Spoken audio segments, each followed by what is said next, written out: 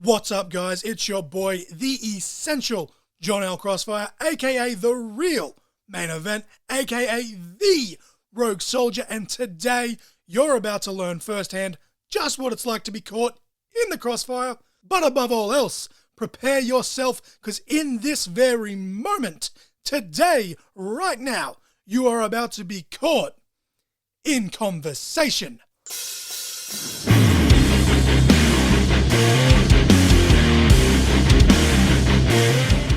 Hello, ladies and gentlemen, and welcome to episode 23 of the podcast. It's been a very busy week in the Crossfire compound, as discussed on the last episode. With us this week to discuss those happenings for the third time on this podcast, but for the very first time as my wife, she's my wife, it's Mrs. Crossfire. How are you today, beautiful wife of mine? I'm good, thanks, lovely husband of mine. How are you, everyone? So, we had a very busy weekend. Well, last weekend upon recording this, as documented, we got married. I just wanted to get, your thoughts. We've kind of talked about it, but the listeners, they want to know the tea. They want to know the goss, what kind of, what went through both of our minds on the day, how did it, how did things happen? So it started off it was so fucking stressful, just in general, planning a wedding. Duh, surprise, surprise, thank you, Captain Obvious. But the day before, we got upgraded from the reception room, which was great. Yeah. But we both had kind of a similar idea of where we were going to put stuff in the room. And then all of a sudden it's oh, hey, because, the people that were meant to have, the 21st, whatever celebration they were having, they had to cancel because not everyone in their party was double vaxxed because of the new laws. So it's here, we're going to upgrade you to this better room free of charge, just kind of as a wedding gift to you. And like we said, that's awesome. What an awesome venue you are. We gave them 5 stars and whatever again. Sure. Shout out to Romano's Hotel. I wasn't going to say the name, but shout out to Romano's. Yeah. Fantastic service, fantastic food.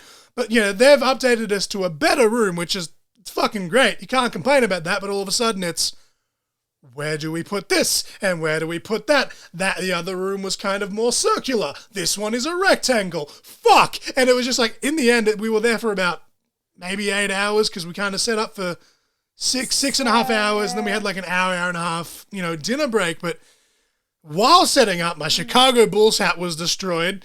Don't know how the fuck that happened. Got tangled up on some sort of, decoration, and it just completely went kaput. My brothers, they were being turds. I'm going to out them on the podcast because I know that T-Dog listens to this. Shame on you. But, brothers fight. It is what it is. Your beautiful sister, who has previously asked questions on this podcast, she did a fucking fantastic job. So did your mum. Just so much help. But then we get to the day of the wedding, right? And it's we both woke up, fucking butterflies the size of eagles. That's an expression they use in wrestling. My stomach was fucked. I forced myself to eat a banana. You told me that you ate nothing except for a couple of macaroons. I don't know how you did that, because I was just I need something in my stomach. Your brother helped me with my tie. I took a couple of shots of Fireball. Your mum was sending me photos. You girls were drinking champagne and stuff. But what was kind of going through your mind as you were getting your makeup and hair and all the fancy girly stuff, done, while I was literally sitting here in my underwear drinking Fireball? So pretty much, I just woke up at it was 10 to 6, I think it was, or 10 to 7. 10 to 7. You woke up at about 7:15, I think, is when your alarm went off before. Yes, we spent the night together. I know you're not supposed to, but no. you left straight away, and we didn't see each other until you were walking down the aisle. But just needed to point that out. You woke up at 6:45. I went back to bed until 10 o'clock because all I had to do was shower and put on a suit. But see, that gave me a chance to not even think. I got my makeup done and I was getting my hair done early in the morning, so I was running around, rushing around, doing stuff. And then it was just bang, bang, bang, back to back of just craziness. And the only time I got a chance to actually think was when we were in the car, me, mum, and my sister, just driving there, because we hired a car. It was an awesome Dodge. It just made the whole wedding that much better. It was fucking great. It was so good, just feeling the wind in your hair and everything, because it was a convertible. Shout out, don't mean to cut you off, but the business, I believe the business is it just called Wagga Wedding Cars? No. So it's called Wagga Wagga Old School Wedding Cars. Okay, well, I was close, but no one from that, no one from that company is probably going to hear to that, but I know a lot of people, a lot of family and friends, they do listen to this just merely out of support, even though I don't really give a rat's ass about wrestling, which is fine, but, shout out to them, like, if you need someone, like, they don't just do weddings, they do, formals, birthdays, whatever, like, if you have a venue or an event rather that calls for that, give those guys a call. Fucking, the price we paid, like, it wasn't, it's not cheap. It's pretty average. It wasn't over expensive either. For car and services, not only was the car just fucking immaculate, the service that came with it, like, obviously you got double because you got, driven there, but obviously we both left in it. And just the service that the guy gave us was just absolutely fantastic. Yeah. It was sensational. Yeah, I'll put myself over in the same sentence. It was sensational. Yeah. But continue. You didn't really get the chance to focus until you were on the way there in the wedding car. And then pretty much like the chauffeur driver pretty much was just like, oh, there's only 3 more quarters and then you're gonna be married, and it's like, shit, turn around. Turn this sumbitch around right now. Do you want me to? No, not really. Not really. I was just kidding, man. I was just kidding. But it was so great because I felt like royalty, man. Like, people are clapping and waving and cheering, going like, congratulations. And it's like, it was the best feeling. Yeah, like, well, they did the same thing as well when I was in the car afterwards. When you were in the car, and I was like, look, all you got to do to be a celebrity is spend money. But it was so good, though. Like, it was awesome. It was like, what a cool community. Like, there's actually some kind people still out there. That's cool. But yeah, like, I joke about, like, obviously, I didn't have to do as much as you did. Like, you went and picked up the cake and everything as well. All I had to do before the wedding started was go to the hotel and set up the room. And, I put all the rose petals and fancy stuff out, and I was trying to be cute. I think I succeeded. But, like, the whole time I'm sitting here, I'm just like, fuck. Because it's like, my eyesight, was the main issue, was what if I can't read my vows? And then it's like, what if I started during my vows anyway? Because as documented on the pod, sometimes I get a bit too excited and I have a bit of a stutter. So I'm just like, oh my God, I'm going to stutter. Everyone's going to laugh at me. And then it's just like, you're a dickhead. It's literally family and friends. Like, they're there for you. But it's just the stress of everything was just like, fuck, like, what if this goes wrong? And then I'm like, oh my God, what if my phone doesn't work? What if the speaker blows up? Like, it was this, like, silliest little trivial stuff. But I'm just like, oh my God. And I was running around, at the chapel waiting for you to come. And then I'm like, someone tell me when she's coming because I can't see. And they're like, how will we know when she's coming? And I'm like, well, the car's a Dodge. You're going to hear it. You're going to hear it. But yeah, like, it was just like, obviously, as I said, nothing that I was going through was as intense as, the stuff that you were doing. Credit to you. Like, you fucking, as the bride, you were just like still, delegating everything. But yeah, it was like all stress for both of us. But then, I don't know about you, but for me, the moment you kind of started walking down the aisle, it was like you were watching a movie, but it was in like double speed. Like, everything just fucking, it flew by, bang. All of a sudden, we're waking up the next morning and it's like, we're married. Yeah. And like I had a couple of drinks, but it wasn't even that we got super hammered and like blacked out. It was just like, and it's gone. Like that South Park meme. Like, all of this stress for the last, year and a bit. And especially like, the couple of days before and especially the day before setting up. And then obviously, the actual morning of. And then all of a sudden it's the next day and you're back at Romano's and we're taking all the decorations back down. Yeah, like this is a random thought, but maybe we could have like even a cool little party or something later down the track where more of our mates could come and stuff. And well, that's something we have discussed. Celebrated a little bit longer. We did have to, uninvite quite a few people thanks to COVID, which maybe that's why it's not as memorable. But at the same time, I wouldn't have it any other way, if that makes sense. Like, I'm keen to, have a feed and a couple of drinks, but at the end of the day, we're married. Yeah. This is our first podcast as a married couple with many more to come, I'm assuming. But how does it feel like you're a married woman? It's kind of weird. Like, the only time it felt real was today. It was like, oh, what's your last name? And it's like, oh, it's and then I go to say my name here. Yeah, go to say my last name, and then it's like, wait, no, my last name's changed now. Like, wow, shit, I'm gonna have to get used to this now. Like, this is different. Because, like, you know, when I first proposed to you, we kind of went through that honeymoon stage. And I guess now that we're married, we literally are in the honeymoon stage. But it was like fiance. And now we're literally just walking around the house going, husband, wife, you know. Yeah. And your brother's probably just thinking, vomit. But it's just like, I came home from work yesterday, right? The first, because, you know, obviously usually I only do weekends, but had an extra shift.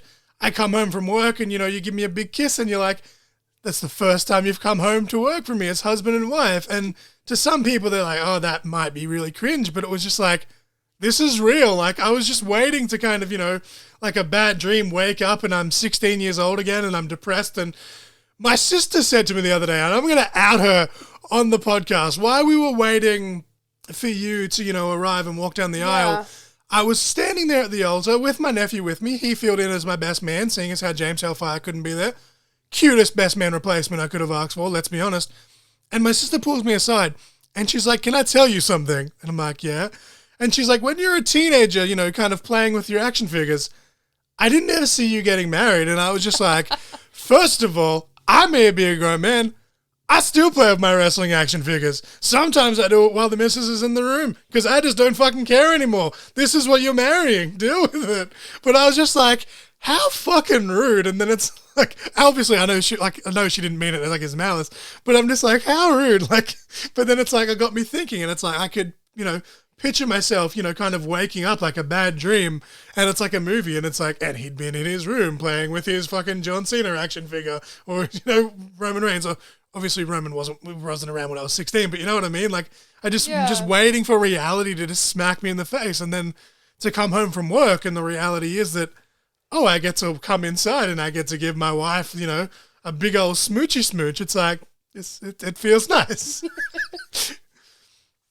Is there anything else from the wedding that you wanted to cover? Like, I know people wanted, you know, the gossip, you know, or the tea, but I shouldn't say it like that. They, you know, they wanted the deets because they couldn't be there, unfortunately, because of COVID. But the truth is, like, as much as it sucks, it was kind of still like, you know, it was great that we got married, but it was still kind of an average day, if that makes sense. Like, it was a day.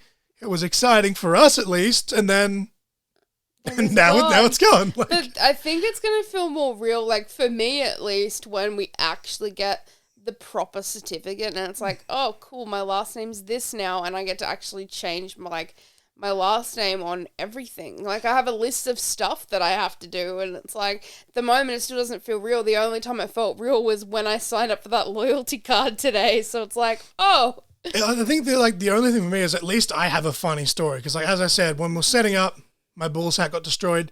The day of our reception, I actually lost my Danhausen face mask, and he got injured the day later, so sorry, Danhausen. And then I almost got lost finding my way to the chapel, and I told you about this afterwards, and you found it hilarious. Basically, I was told, take the footpath. There was 2 footpaths. I took the one directly in front of me. All of a sudden, I was in front of a children's play area, and I'm like, well, this doesn't look like where we're getting married. I tried to Google map it. Sent me back to the entrance to the Botanical Gardens, which is where we got married at the tree chapel. And I'm like, well, fuck, that was helpful.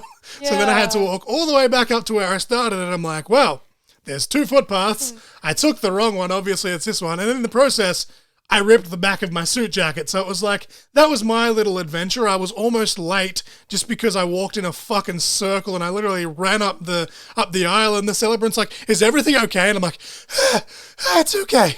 It's okay. And then I told her what happened, and she literally just started laughing, and she's like, oh my God. Like, I was just laughing because I'm like, goddamn men, they don't listen, I swear. I was like, I told you, the blue ramp. I'm pretty sure near the trains. Listening back that you did tell me that there was a blue handrail, but in the moment I was just like, I've never been here before. I don't know where to go. You were just freaking out. You were just like, shit. And then, like, I've come up and I've asked her about the music, and then she's like, well, I don't do the music. So then I had to get your mum's partner to run back to his car and grab our Bluetooth speaker. And I'm like, luckily I grabbed it, but I was just like, music. And she's like, what? And I'm just like, because I was just so out of breath, because she said, don't be any less than 15 minutes late. It was like right on 3:15, because the wedding ceremony started at 3:30. It was like right on 3:15 that I came bursting up the aisle. It was like a movie or something. Like, in my head, that's all I'm picturing is like some sort of shitty rom-com where the groom's like late to his own wedding and the bride's already there and the mother of the bride's like arms folded or something. And I'm just like, in my head, I'm like, oh my God, you and your mum are going to be so pissed if I'm late. Well, I was thinking I was going to be late. Like, we were running on time for everything. Like, even photos. We got photos done and everything, but we're running on time. But it was just kind of like, oh, like, the guy pulled up with the car and we were already ready. He was like, that never happens. Like, you girls are on time. Like, I was timing everything down to a T. Like, I just wanted to be on time because, like, the celebrant's like, with all this stuff, we need to be on time. So I was like, I need to be on time. So I was like, timing everything from the moment I got up. Yeah, well, I remember, like, with our wedding vows, when we met the celebrant, we're like, because, you know, usually people only have them go about a minute and a half. And I think overall, yours and mine, respectively, they were both probably about 2 to 3 minutes long. Yeah. And we're like, fuck, like, is this going to be too long? And she's like, oh, try and cut that. But then in our mind, we're like, you know, we've cut all the poems and all the fancy stuff, seeing as how it is such a small wedding now.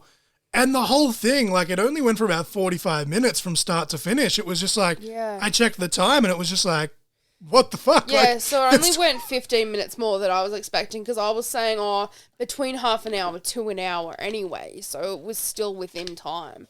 Yeah, still very much within time, but even still, like, 40, 45 minutes, you know, from the moment that you walk down the aisle to the moment that, you know, the whole, you know, you may kiss the bride thing, like, pretty fucking solid effort on our part, I think. Like, we were just like, nope, done. Let's get fucking married. Fuck this shit off. Like, yeah, and then my auntie's like, no, don't rush it. It goes so fast. I'm like, whatever. And then literally, like, blink, and it's like, oh, shit, it's the next morning. like, don't get me wrong. Looking back, like, I can still, clear as day, see you standing in front of me, and I'm just like, fucking wow. And I cherish that. But at the same time, very much glad that it's over. Yeah, and, like, when we were picking the ceremony anyway, we were picking, like, the shorter parts, and it was like, the most important part is the vows. Well, not even that. Like, obviously the vows are important, but I think for me, I don't know about you, but for me, I just wanted to celebrate with our family and friends. And obviously, as we documented... Yeah, that's what I mean, but I mean as part of the ceremony. As part of the actual ceremony, yeah. Like, but for us, and as I said, I think for both of us, it was just like, we just wanted to celebrate with our family and friends. And obviously, because of COVID... You know, we had to really scale that back, but, you know, both our mums were there, you know, your sister was there, my sister was there, our families got on like a house on fire, even with my brothers acting like turds again, outing them on the podcast, but hey, brothers fight. But is there anything else, and any deets that I've missed? The only thing I just wanted to add in was just like how welcoming your family's been to my family. My mum was literally and vice talking versa, about this. like your mum's like, even before we got married, your mum's just like, you're my son now. And I'm like, oh my God. Yeah. I've never felt this feeling because, you know, we've talked about this in, you know, the past 2 podcasts you've been on. Like, you know, we don't want to harp on exes and stuff, but like when it comes to like mental health and stuff, a lot of my, you know, exes' mums, for whatever reason, didn't like me. And like, they always say mother knows best. So for me, I was like, they don't like me, I've done something wrong, and then like my mental health just spirals and it's like, I'm not good enough, this, that, whatever. And from like the day one, like that I met your mum, she's always been so welcoming. And over time, like she's literally just like, nope, you're my son. Yeah. Like I've had friends and literally like even little kids in kindergarten say, I want her as my mum. And I'm like, go away, she's mine. But literally, like, everyone loves my mom. She's chill as anything. We won't go into it because we'll try and move on because we've been talking for about 15 minutes already, which is great. But I remember when I was a kid, my sister, obviously, we have, you know, we're technically half siblings, but I don't follow any of that fucking shit. We're still blood. I remember she called my mum, and I was just like, she's not your mum, she's my mum. And looking back, I was like, wow, I was an asshole as a kid. But yeah. But because of all of this, the song of the week this week, it can't be any other song. It has to be our first dance song. It's Forever After All by Luke Combs. It's a good little country track, but even people that don't like country music, I know that they don't mind a bit of Luke Combs. I remember my sister, she was like losing her shit in the background. She's like, oh my God, I love this song. And I was like, yeah, you do. But it's probably the most awkward first dance in the history of first dances, but let's be honest, if it wasn't awkward, wouldn't be us. Yeah. But yeah, it's a good song. Song of the week this week is Forever After All by Luke Combs. And on more happy news, we just got married. How happy is that? But more happy news, maybe even more happier, not really, just joking. But more happy news, Heels Season 2. Yeah. They just confirmed it. My only question is, though, where does this go? Like, previous episodes, we haven't wanted to talk about spoilers, but it's been out for a couple of weeks now. I'll put in the description box that, we're talking about Heels Season 2, so I think that kind of null and voids any and all spoilers. Full alert that there's spoilers. But the way that it ended, straight off the bat, like, I'm not going to go in any particular order, but the way that it ended, Crystal becomes the Duffy champion in a match that she wasn't officially part of, but that's wrestling. It's scripted. Who gives a fuck? Subject to change. Hard subject to change. Absolutely. But it's like, you had the nice little closure, so it's like, where do you go from there? Because Ace was kind of starting to redeem himself. He found out in the match when, the crowd were throwing tissues that Jack, his brother, had previously been the one that bought them. And then he like, did you do that? And he just goes, not this time. Obviously, it was, like, I've forgotten the other guy's name off the top of my head, but like the rich guy. He was basically like their Vince McMahon type character, pretty much, where he was the rich guy trying to put them out of business. And, in the middle of the match, Ace just loses his shit.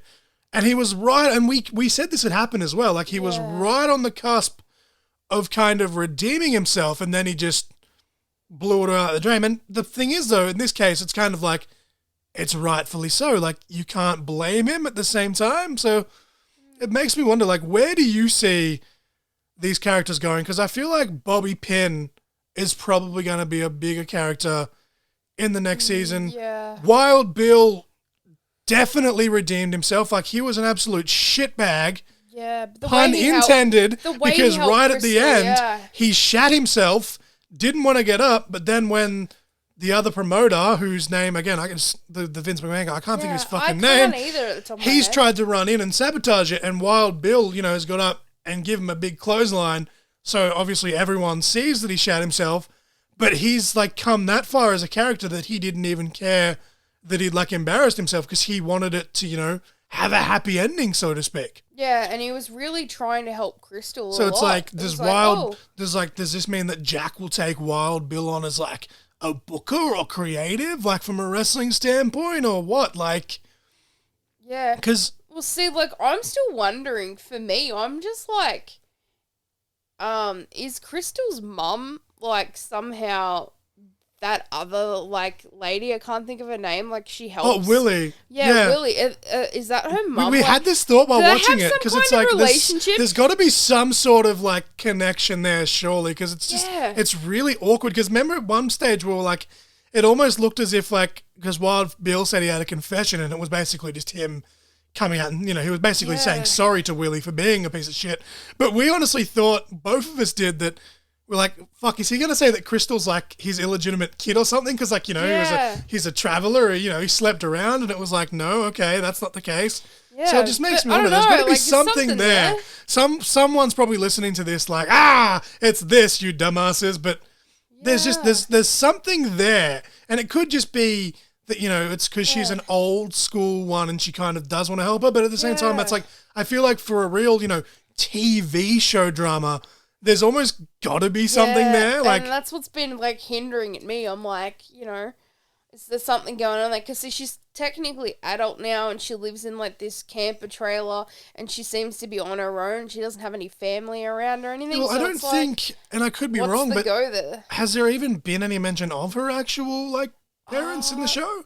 I think she may have mentioned, she had like one of her mum's old recipes or something like that, but I don't recall ever actually seeing her mum. So it's like, I don't know, but I feel like it almost has to lead to, if Ace is going to continue going down this road, it almost has to lead to Jack actually having a face turn, I feel. Yeah, I feel the same. Like, they're going to full on switch, because like they kind of went heel with Ace and then brought him back face again. And then he kind of let his real ego get ahead of him in that main event match, where he just beat the shit out of his older brother, to which he was getting booed for real, because, they could tell that this isn't part of the show. Old mate's just lost the plot. And the thing with Jack is, and we talked about this on one of the episodes before, is that Ace was the wrestling face, but he was the real life bad guy. and then it was flipped for Jack. You know, he was the family man, but he was the wrestling heel. Being that he was so focused on, you know, being a heel in wrestling, Jack kind of started to skew as well, and it almost, you know, lost his wife and son, so he's kind of realized, fuck, so now he's kind of like just gonna be him, almost? Yeah. So it's like, it's like we sat here and we both screamed until we were blue in the face that we wanted a season 2, but at the same time, now that we've got a season 2, it's hard to see, like, it excites me. It excites me because it's almost like it's an untapped potential, very, you know, wrestling term-esque there, but I don't know where it's going to go in a way that's fucking annoying because usually I'm really good with this stuff. Even, like, I'm wondering Is Crystal going to get a big head and is she going to turn heel because, you know, she's going to get an ego? Like, I'm wondering, are we going to get some cameos too? Like, some more cameos? We had CM Punk. As I said, we fuck, you know, any spoiler alerts. We had Mick Foley, you know, as the podcaster who was only in it for 5 seconds, and that one scene catapulted the storyline so much, and it was just like, didn't see that coming. But then at the same time, when Ace was drunk as fuck, and, you know, Jack's telling him to calm down, he makes the comment of, I saw Ric Flair's 30 for 30, and it's like, well, as controversial as that is, it begs the question, because Mick Foley's not big enough to be himself, but Ric Flair is. Yeah, it's like, obviously, Ric Flair, you know, is a massive star, but it's just weird. Like, who's going to be in it as a cameo? Who's going to be in it as themselves? Like, because a lot of, and again, can't think of the dude's fucking name, but like the Rich Guys, you know, company, a lot of the footage that they showed to promote him, they actually used a lot of old school TNA footage. Like they had Abyss in like the thumbtacks and the barbed wire and stuff, which for me, that popped the shit out of me. Like that was a nice little Easter egg. But of all, like, I think it was Stephen Amell. He was actually, you know, he's technically, I guess he's still a part of the Bullet Club, which is controversial seeing as how the Bucks and Kenny and that aren't there anymore. But he, you know, he wrestled in WWE. He teamed with Adrian Neville now. Park to face Stardust, obviously Cody Rhodes and Wade Barrett. He goes to the All In pay-per-view, had a fucking fantastic match with Christopher Daniels. He had a match in Ring of Honor as well. It was like a 6-man or 8-man tag or whatever with the Bullet Club. And now he's actually been, you know, in the crowd in AEW as himself, but it was to promote heel. So it's like, are they going to work with AEW? Like, you never know, like, who from that world. Yeah, I mean, like, even, like, Caleb with a K was doing some stunt work. Yeah, well, he was Caleb, in the background. he actually, he did a lot of CM Punk's stunt work as Ricky Rabies before CM Punk really started taking bumps, which is great, because without this TV show, you could argue that Punk doesn't return to wrestling. Yeah, who knows? Because, it'd been in works, but he even said that the training, because obviously he had to get himself in shape for the show. You could argue that without heels, we wouldn't have got a CM Punk return. And possibly, people can say, hey, you know, it still would have happened because this. But in my mind, that wouldn't have happened. But yeah, Caleb with a K as Punk's stunt double was awesome. And then he appeared in a backstage segment as himself as well. Yeah. It was like a nice contrast. Wild Bill was like doing whatever drugs he was doing. And then it pops, you know, it goes to Caleb with a K, who was just drinking his bottle of water. It was just to kind of show the contrast between the old school and the new school. But then Luke Gallows is another one. He was just kind of, they never even named him by name, but it's like, oh, we need, you know, bodies. So they had him there. And then Luke Hawx, who's a very good independent wrestler and teacher in his own right. He was the stunt choreographer for the show. So he played like kind of the main heel for, again, the rich guy whose name I can't fucking think of at the top of my head. People are probably screaming at me right now. But yeah, like just, it's some really like intricate stuff that's happened in the first season. And as you say, I'm just ranting now, but like the cameos. Yeah. You mentioned the cameos and I've just started ranting for like literally 5 minutes about stupid shit, but I don't know where it's going to go. Yeah, well, see, I'm wondering too, are they going to bring more women like into the fold kind of thing? You know, like Crystal's the like front center now. Like she's got the title and everything. See, I would be very happy with that. And the way that they've done it as well, it's not like they've done it in a way just to tick boxes either. Yeah. Like people could, you know, I think there's been a couple of people that have said, oh, Crystal's just there to be, you know, the token woman or whatever. But, and I've actually remembered her name this time. It's Kelly Berglund or Birkland, Oh, okay, the yeah. lady that plays Crystal. There you go. The first time I ever remembered her names, and now I can't remember the other guy's name. But the actress that plays her, she did a fantastic job of bringing the character of Crystal to life. So if that leads to more women coming to it, I'm more for it, because it's much like, and people are going to hate me for this comparison, but it's something that you brought up in the Q&A episode. It's much like a very Total Divas-esque kind of thing. Yeah. Like, I know, partner, whatever, doesn't matter. But for the general consensus the general consensus is it's going to be a male with a female partner trying to get her into professional wrestling. So it's like, here's this show. It's got Stephen Amell in it. Everyone loves Stephen Amell, right? And then it's like Alexander Ludwig. And then it's like, oh, and by the way, this woman's like the main character and she's the champion. Yeah. It's as Tony Schiavone said when Mick Foley won the championship. That'll put butts in seats. Yeah. Except that this time it will actually put butts in seats, right? Yeah. And obviously when Mick Foley won, it did, but the way he said it was condescending. But it Yeah. really will put asses in seats, basically. And that's with professional wrestling, which is what it's a show it's about. That's what it's about. It's about putting asses in seats. It's about selling tickets. Yeah. But yeah, I just want to see, like, are they going to have more tryouts now and more women come into it? And that's what I'm just, like, really keen to see. I would, like, obviously season 1, that's what made Crystal different, was that she was the only girl. But given that they ended the season with her winning the big one, so to speak, Yeah. you kind of almost need now to kind of bring that in, be like, hey, we need more like her. Yeah, so then I'm like, ooh, are we going to get some good cameos there too? Like Chris Statlander or someone comes in and it's like, Well, I mean, that would be good. she's dating Caleb with a that's K. what I'm like, she has Well, there connections. you go. Has connections. Someone I'd love to see in the show, and she doesn't even have to be as herself, and it's a girl that you're absolutely in love with as well, and that's Britt Baker. Yes. Yeah. She is one, and again, people are probably going to scorn at me. She is very much on that Becky Lynch level, in my opinion, at least amongst the hardcore wrestling fans.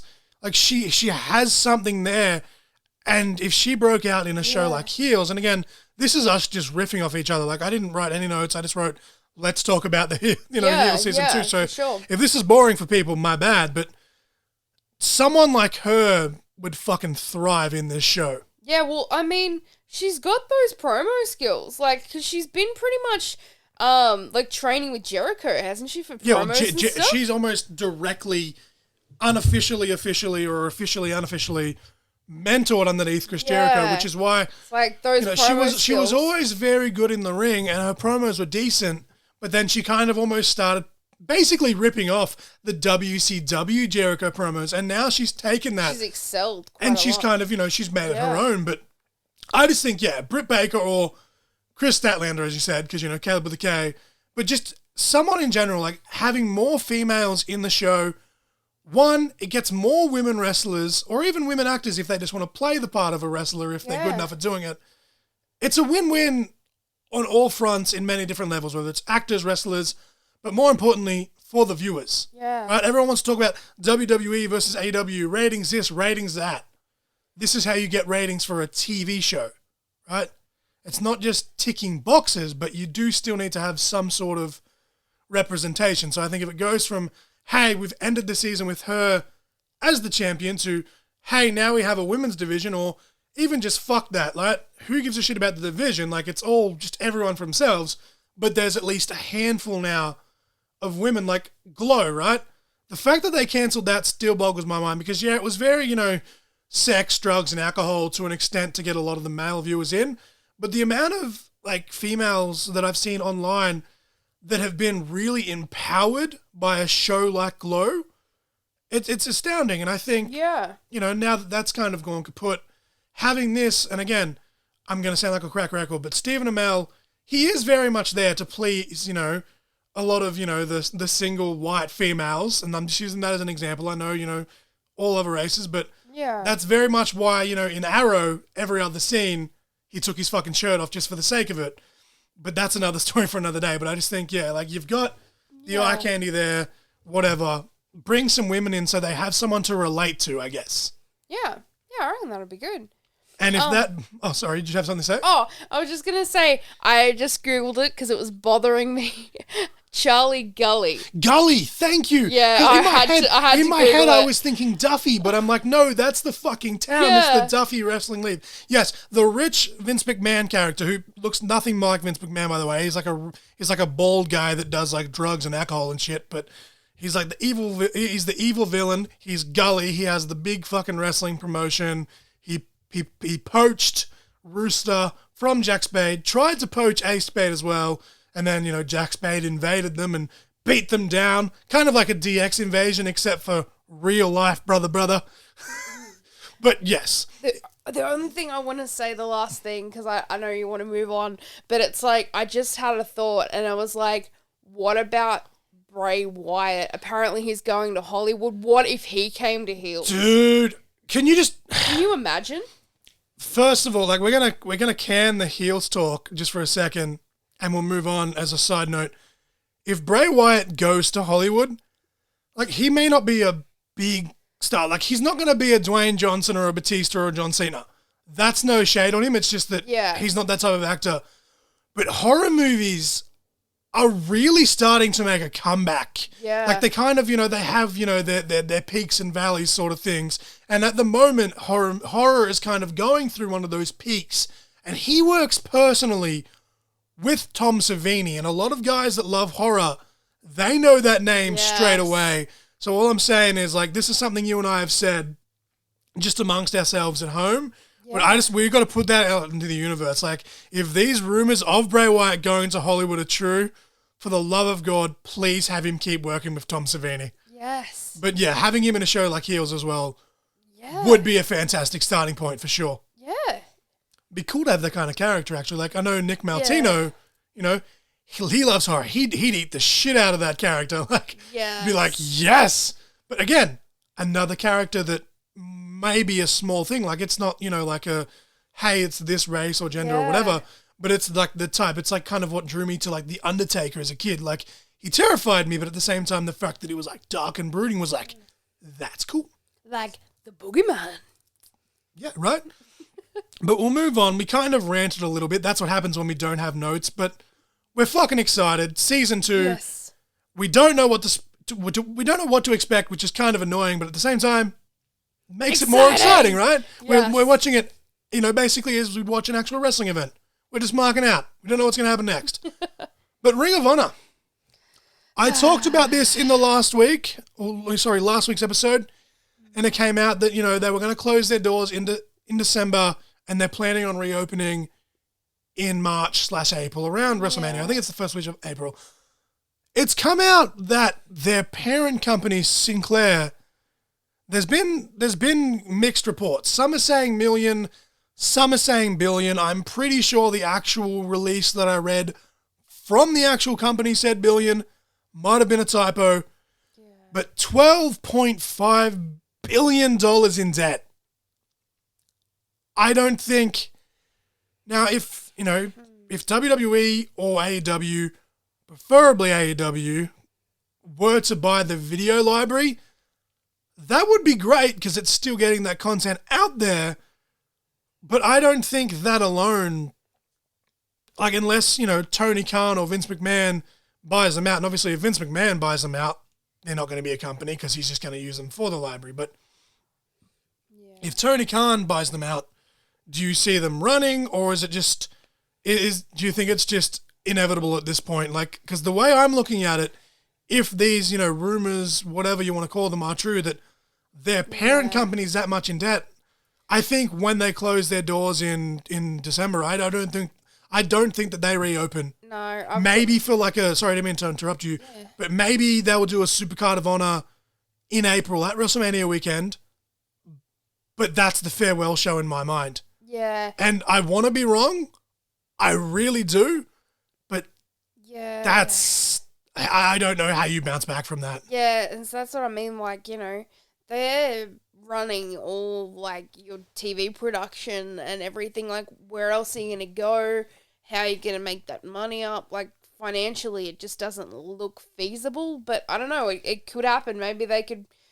pull a Swiftie and somehow, recover from it. But I'm not sure. I It's don't like, think they would. that they could, partner with an Impact to kind of stay afloat, but they're not going to get big ratings. Yeah. It's like, you never know. Maybe Tony Khan can put in a good word, to Turner Broadcasting, and they can get one of the smaller, not TNT because that's a different channel, but one of the smaller Turner channels, or, maybe it might be a shitty time slot, but it's still better than what they've got. But the way I see it, and the reason I wanted to ask you about this is because we've talked about this at home, like we've fallen absolutely in love with some of the wrestlers, because the thing is, right, WWE, and we're about to get on that because they've just done more releases, we'll get to that in a second, but they've got so much fucking talent that they just get lost, right? Yeah. And AEW, as great as they are, they've slowly, in the last couple of months, they've found themselves in that same category where they've just amassed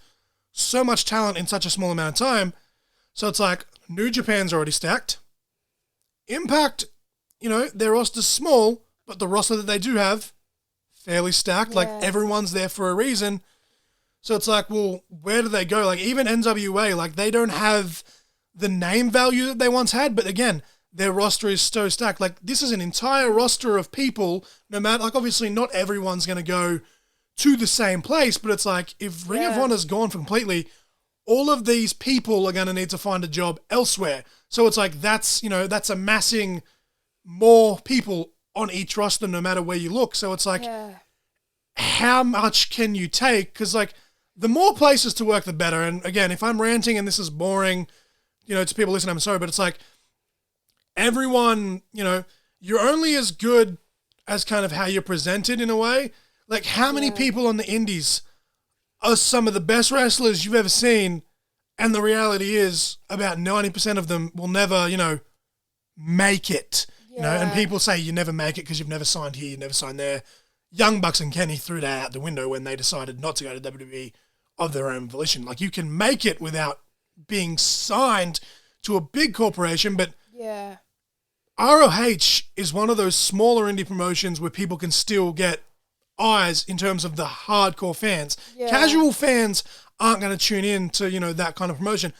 That's fine, but it's like, you're taking away a big core part of independent wrestling, and that makes people lose jobs.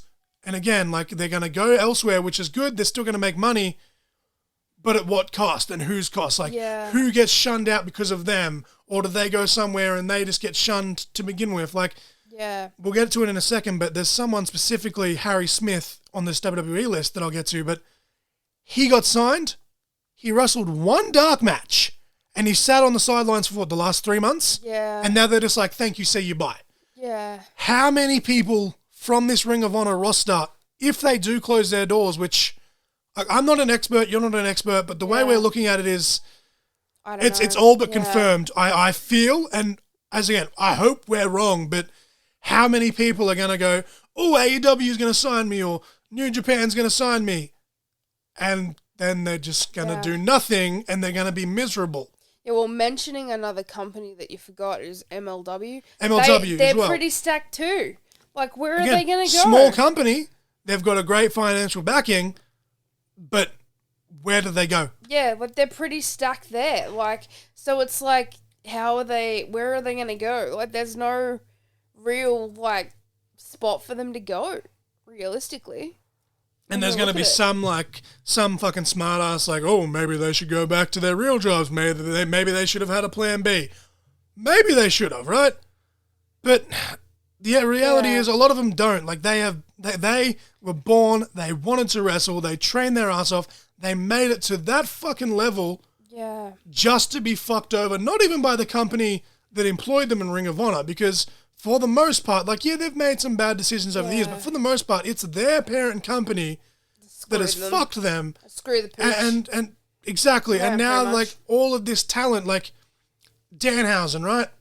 When he gets better, I'm sure he's going to be signed to either an Impact or an AEW. Yeah. But he's not going to be as big of a focus as he is in Ring of Honor. And that's both good and bad, because it's like, okay, they've got Kenny, they've got the Bucks, they've got Hangman, but at the same time, he could be a top guy. And people will be like, oh, he's a comedy wrestler. But it's like, no, look at Orange Cassidy. one of the most over wrestlers in any company, okay? A guy like Brody King, okay, they can bring him into AEW and he can reform his team with Malachi Black, Tommy End. They're current tag team champions in PWG. But again, that's only going to go so far. Like, they're not going to be a mainstay tag team like a Young Bucks or a Lucha Bros, right? Yeah. Mike Bennett and Matt Taven, they just showed up in NWA, which I shared on my Instagram story. That popped the fuck out of me. They could win the NWA tag titles.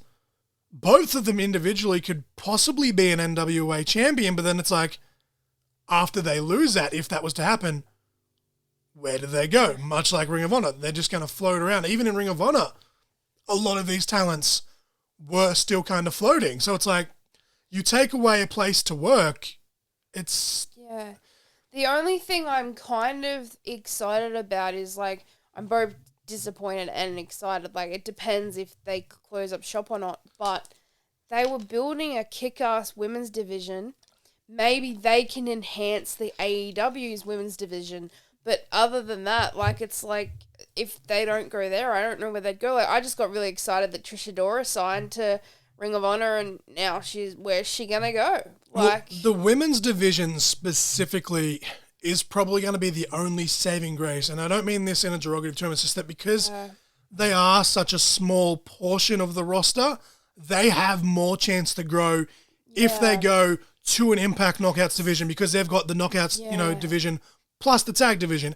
AEW have just, they're currently in the middle of the TBS tournament, so they're going to have 2 titles for the women. As well as they were in talks about even there was rumor. That's what I was about to say. There was rumors maybe a women's tag in AEW. They need to really establish themselves, and I hope that they do that with the TBS championship, because their women's roster, it's kind of been like, oh, we've had, someone challenges for the title, and then they cycle them through, which is smart. That's what you're meant to do with challenges, but it's like, everyone else has been kind of on the back burner. Like, they've had a couple of little feuds here and there, but for the most part, in AEW, and that's probably been the only bad thing they've done, is a lot of their women have sat on the sideline. So the women from Ring of Honor, they've kind of got a saving grace, because they could go, Impact, NWA. They've got women's tag titles as well now. Yeah. They could make that big. Some of them could even go over to, some of them could even go over to, Stardom in Japan. And maybe, if Shimmer just wants to start up, when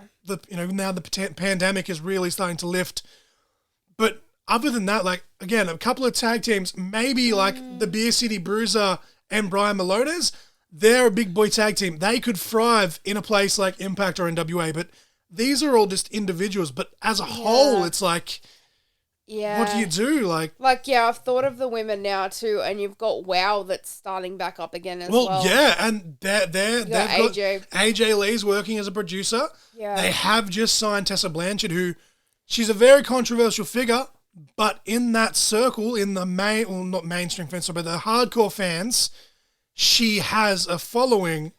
And with AJ Lee, obviously being a former WWE diva, that's their way of, I'm not saying that AJ doesn't deserve it, because AJ, very smart, she's more than qualified, but in a way, having that name attached, that can make, casual fans go, oh, she used to be in WWE. Yeah, and there's a draw in. Yeah. So, plus, it's a plus almost, as bad as it sounds for the women, because they have a plethora of working options, but I just think that it's like when Impact was, struggling, right? They've had their ups and downs, and everyone says, oh, no one gives a fuck about Impact, or, oh, they're still in business, this and that. They've even got the Hard to Kill pay-per-view now just to poke fun at that themselves. But I've never understood why, as a wrestling fan, you could be so, hateful towards a promotion. Obviously, this isn't the case with Ring of Honor, but, people are like, oh, fuck WWE, I hope they go out of business, or fuck Impact, I hope they go out of business. It's like, no. How much talent is going to be out of work? Ring of Honor is already going to be, as I'm saying, we're sounding like a crack record here, because, I didn't write actual notes, but Ring of Honor has such a small roster, and they're already in that in that category of who's going to go where, who's going to have to, find something else to do, go back to school, this, that, whatever. So imagine if that was, a bigger company like a WWE or, AEW or whatever, and it's like, I feel really sorry for the talent, and that comes back to, this is why I wanted to ask you, because a guy like Sledge, That's who who I was has just about to busted talk about. his fucking ass. He's gone through all of these troubles, alcohol abuse. He lost his father. He used to be a really big guy. He put in the work. He lost the weight. And now it's ripped from under him. You want to know what's even sadder? Is when he actually got signed to Ring of Honor, that's when the pandemic hit. So that absolutely screwed him. And he's just starting to get a good push now. He sat on the sideline for a year and a bit as it was. And the same happened to our Aussie people. Slex, Adam Brooks. Kellyanne has just come out yesterday upon recording this. And because of the state of a lot of Australian professional wrestling, which hurts to fucking say, there's a lot of shitty people in this country in the business that shouldn't be. And because of that, now that she's not with Ring of Honor, Kellyanne is retiring. Wow. And that breaks my fucking heart. Yeah. Because that is a woman, I don't care, man, woman, child, whatever. Obviously children aren't going to be wrestlers, but man, woman, child, just human beings. She is such a fucking beautiful soul. And now something like this has affected her livelihood. Like, now she's going to have to go back and she's going to have to find another job. Like, that's... Yeah, and they're giving up their dreams. Like, I've seen how devastated you are not being able to I was just a rinky-dink fucking wrestler wrestling in front of, 30 people once a month. Yeah. These are people that have grinded. They've wrestled in front of hundreds of people, thousands of people across because of the beauty of the internet. And right at the cusp of when they're about to do something, we get a fucking pandemic. Yeah. We start to come back from the pandemic and, oh, no, we're going fucking broke. See you later. Yeah. It's just seeing how heartbroken... It's fucking heart-wrenching. It's just seeing how heartbroken you are about your dreams and you were just doing it for a hobby and then that's their livelihood and now it's just taken away. It's so sad. Maria Kanellis, or Maria Kanellis Bennett, a woman with many names. She was the work that she put in behind the scenes for the Ring of Honor Women's Division, which we were just talking about. She's building that up. And all of that, it's just fucking gone. Yeah. Now, she's qualified. She could get a job at an Impact, AW, NWA, etc. But that's not the point. It's like all of this just... She's working really hard to help build literally that years of work. Just, we're going to close and we might re-sign you when we open, which... To their credit, I think if Ring of Honor had their way, most of those people probably would have been re-signed. But as we said, it boils down to Sinclair, and for better or for worse, I don't know the details, but they've really fucked Ring of Honor on this. And again, like, I'm not going to sit here and, say shame on them, blah, blah, blah, because I don't know what's caused them. But yeah, the pandemic's just done it to everyone. So it's like, who knows what they've gone through and stuff. But it's just a real bummer. And... this is going to sound like a dick, but another reason I brought this up, this next subject is, obviously this only happened this morning. I wasn't going to write it down until I went through my notes, is that all of these people have just lost their fucking livelihood, and Ring of Honor could have been a place for them to go. Might still be. We don't know. We don't know. Like, we're talking like it's getting close, but we don't actually know. Yeah, we're not experts here, but looking at it, I'm just going to quickly bring up the list here. I'm going to go through the list. I'm going to go through the full list, in full, and then list hurts. I'll go through the full list, and then we'll touch on a couple of them. So Scarlett Bordeaux, Frankie Monet, Ember Moon, Trey Baxter, Karrion Kross, Oni Lorcan, B-Fab, Jessica Mayer, Zayda Ramir, Grand Metalik, Lindsay Dorado, Jeet Rama, Katrina Cortez, Nia Jax, Keith Lee, Harry Smith, Mia Yim, Eva Marie. So I'm going to start right at the top here. Scarlett Bordeaux. We have been saying for months, where is Scarlett? And because no slight on Karrion Kross, I am a big fan of him.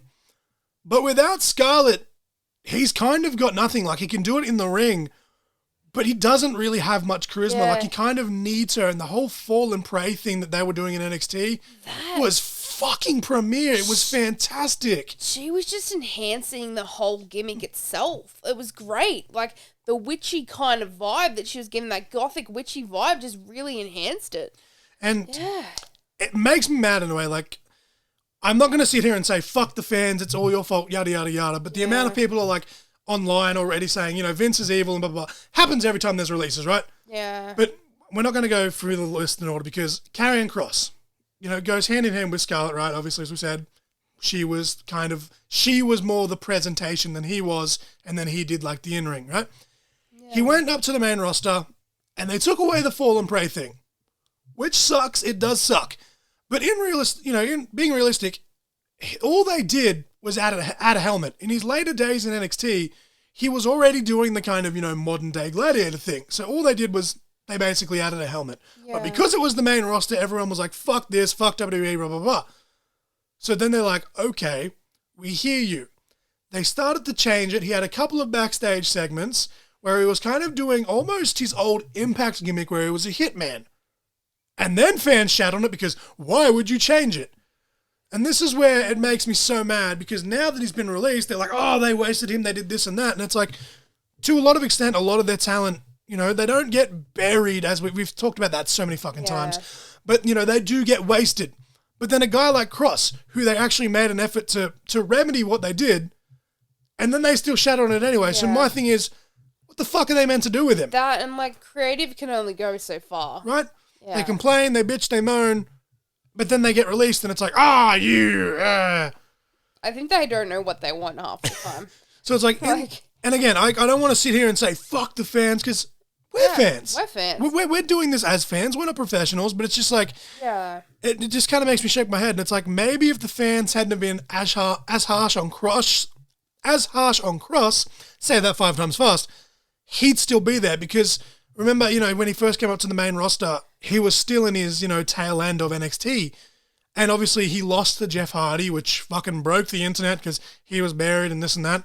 He went back to NXT and they were chanting Hardy at Kross because they were so mad about what happened. So bad that they had to retape 3 or 4 segments in, the month of NXT that they taped during that random period where they were taping it.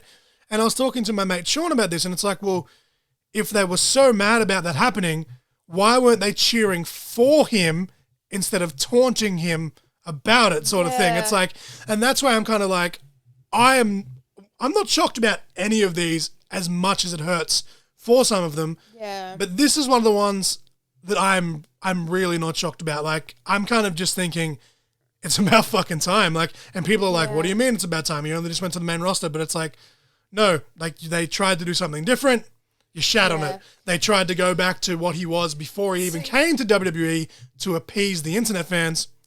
Still wasn't good enough. So the way I see it is, and this is the only blessing, Scarlett still had an NXT contract. She confirmed on Twitter this morning, she indeed does only have 30 days. That gives her 2 months to go to an Impact or an AEW or Ring of Honor if they somehow manage to, stay afloat. It obviously won't be Ring of Honor because by that point, Karrion Kross's 90 days will be up. Sorry, just ignore that. But she has the chance to go somewhere else, and that gives her 2 months of being able to hint at Kross, if that's what they're going to do, before he eventually shows up. Yeah. So that's a win-win for them, because he's going to be getting paid for, his last, 90 days, whatever, while she's taking bookings, doing her own thing, while potentially teasing that he's going to show up. Yeah, well, they could do vignettes like they did to bring him into NXT, TikTok. Obviously, you can't actually say his name and stuff, but she can come up and they can basically continue that if they want. She can have the hourglass and she can give it to a Malachi Black or a Wyndham Rotunda, Bray Wyatt when he debuts. And that's just me fantasy booking. I just really want fucking Killer Kross as Killer Kross the Hitman with the smoke show by his side versus a Malachi Black or versus Bray Wyatt Wyndham, because just the promos alone would just be fucking amazing. This was something I just wanted to touch on before you changed there. I'm going to take a drink while you ramble. Yeah, so pretty much it was just I don't know, I'm not shitting on creative at all, but maybe they should have tried some of this stuff on Dark and got a bit of a reaction before they went full main roster. Is this going to work? Because they pretty much shot themselves in the foot. It was seen by that many people and it was kind of this is shit. 100%. Yeah. And that's what I mean, though. It's on both sides. That's what I'm saying. I'm not going to sit here and say fuck the fans, but they did treat him like shit. But at the same time, the creative was bad, and they need to wear that. Now, I was going to go to the next person on this list, which was Frankie Monet, but now that you've mentioned the Dark, I'll skip back to her. Keith Lee. Yeah. How, many weeks, months was he doing dark matches, one, to get himself back into shape after overcoming COVID, two, to work on this new heel gimmick of Bearcat Lee, which he was doing. Yeah. And they put so much fucking... And what pisses me off is he was so over with that, though. People are going to be mad at me for saying this. I had a few people get mad at me for posting this on Instagram, but you agreed with me. Bearcat Lee, in the short couple of weeks he did it, that was the best that Keith Lee had ever been. Like, he's a big guy that can do stuff that big guys shouldn't be able to do. But with this new, kind of heel, Bearcat, as cheesy as the name was, but it was him paying tribute to a wrestler from way back when, the intensity, like, that was in his eyes, the fire, he had never shown that much intensity. And it's like, it was believable too, which was the most important part, but before it was just, oh, I'm happy-go-lucky, let me do this flip. And it's like, that's cool, but now you add that new dimension of, I'm going to rip your fucking head off because I'm a big guy and because I can, and you fuse that with, hey, if he's in a match, with like T-Bar, right, in NXT, it was kind of like, what big move are they going to do next? And people were like, oh, this is shit compared to this indie date here where they did all of the moves in the one match. And it's like, no, that's psychology. They're doing one big thing. So it's like, you imagine if he had a feud with a Damian Priest as a heel, right? Damian Priest, another big guy. He's doing, pronouns pal. You'd have Keith Lee, right? He's doing all the, the angry big strikes to the point where he gets desperate and then he has to bust out like the big fucking moves. Like, yeah, well, see, I was just thinking just then, I was like, I think the name changes helped just light a fire in him too. It was just because he's paying homage and tribute to that other wrestler, the Bearcat guy. I can't think of the top of my head. Yeah, neither. I did mention it when I talked about it the week that he had the name change, but it's like he fought and fought and fought because WWE kept trying to trademark Keith Lee, which is his real name, and he's like, no, like, I was given this fucking name at birth. It's my name. More power to him, 100% on that. Yeah. But that's another thing. Like, they gave the old budget cuts, brother. And in a way, as much as it sucks, this one actually does make sense. Yeah. Because they fought and fought and fought, and they're like, okay, we'll reband you. We'll trademark this, and this. And now they've let him go. So in a way, it's like, is that them being mad? Like, yeah, it's petty. But it does kind of make sense in a way, because at least with this one, okay, they've spent money to trademark the new name and this and that, but it seems weird. And again, after I almost said Malachi Black, when he was Aleister Black, right? Nothing's going to shock me now after the amount of stock they put in him. Yeah. But it's just like Keith Lee is a guy that he made it further than Black did. He'd been on screen, right? He'd been developing, they'd been getting his new character over from an in-ring competitor, and all of a sudden today it's like he's been released. Like, what the fuck? It just makes me sad because it's just, I felt like that passion just lit in him because he's like, I need to pay homage to this like previous wrestler. Yeah. And it's like it lit a spark in him. He just kind of like changed. It was like really good. And again, that could just be the way that he's selling it to get it across. But that's how I was the seeing fire it. in him was so fucking believable.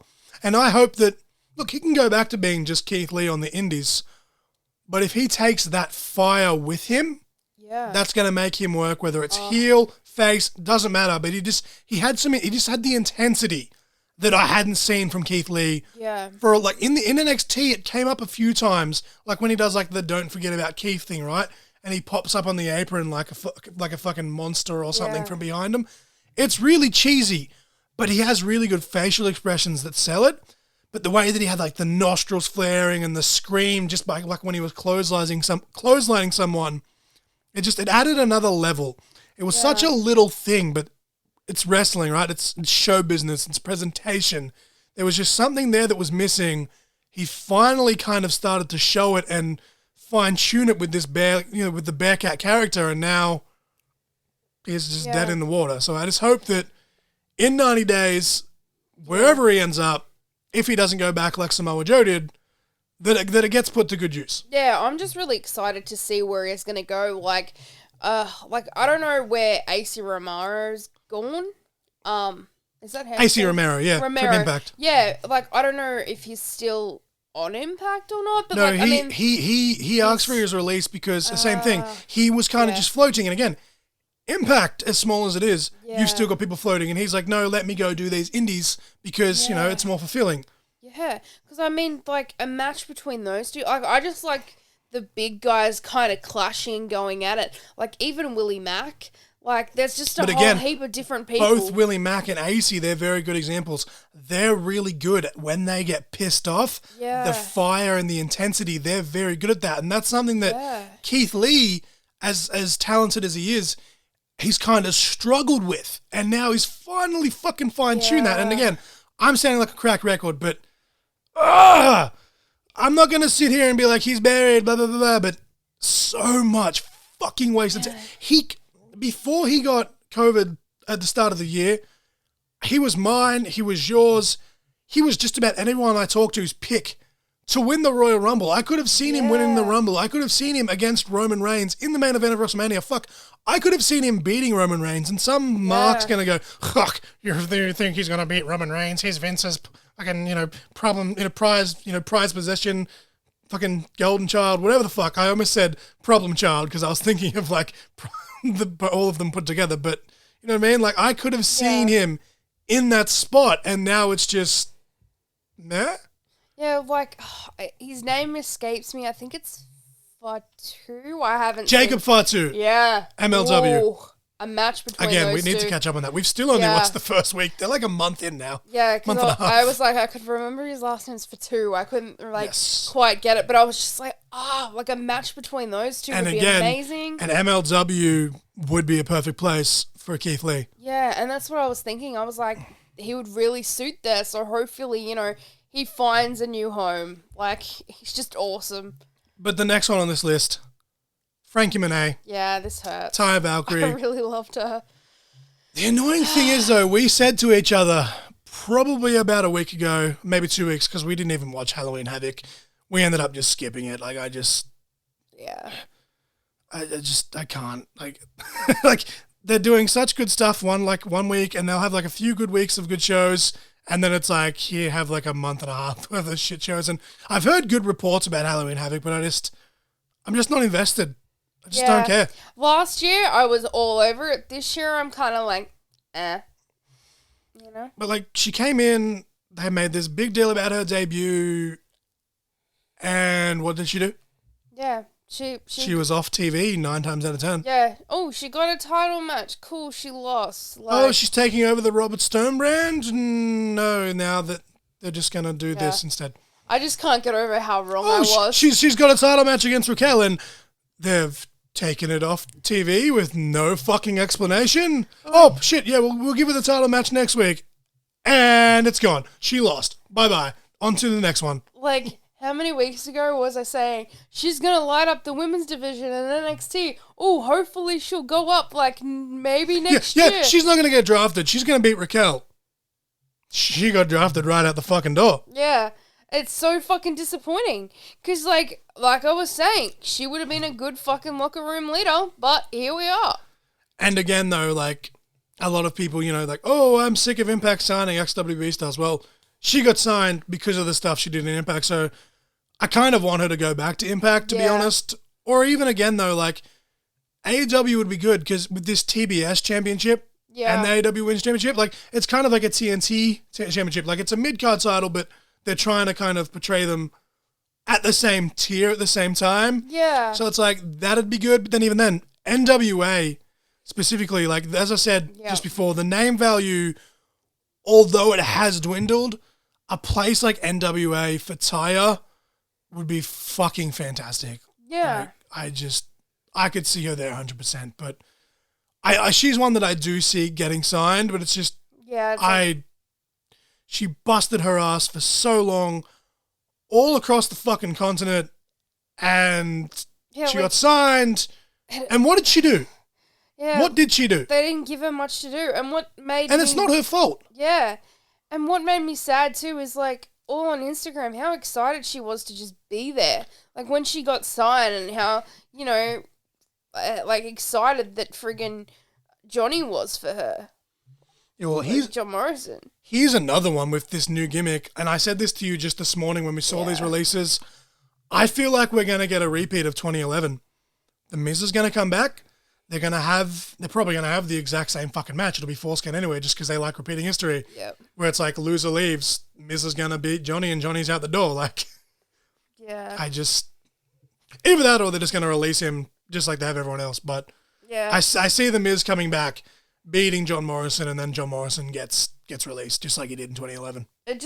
I keep getting upset, like getting attached. Like I know, like subject to change, and like this happens. They do have budget cuts for real, but it's just I'm sick of getting attached to amazing talent and then they're just getting released. It's making me turn off WWE. I had this discussion with Hellfire this morning, and this is his reasoning for not being invested or really giving a fuck about WWE. Like, he reads the results and that, but the next one on this list, I'm going to skip over one of them and come back to it.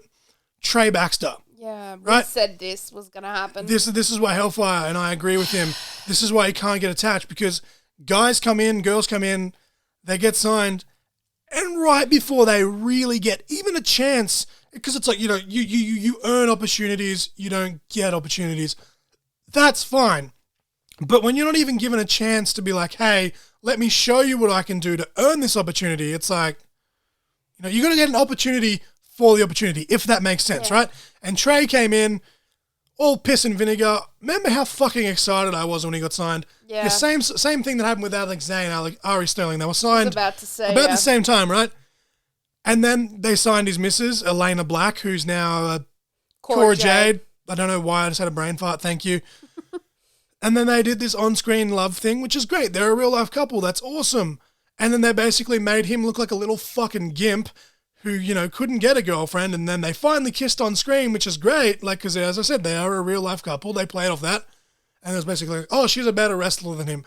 That's a storyline. Even if she was, it doesn't matter. Like, some people are more talented than others, right? But then all of a sudden it's like, oh, she's a better wrestler than you. She's doing this, this, and this, and now you're out the door.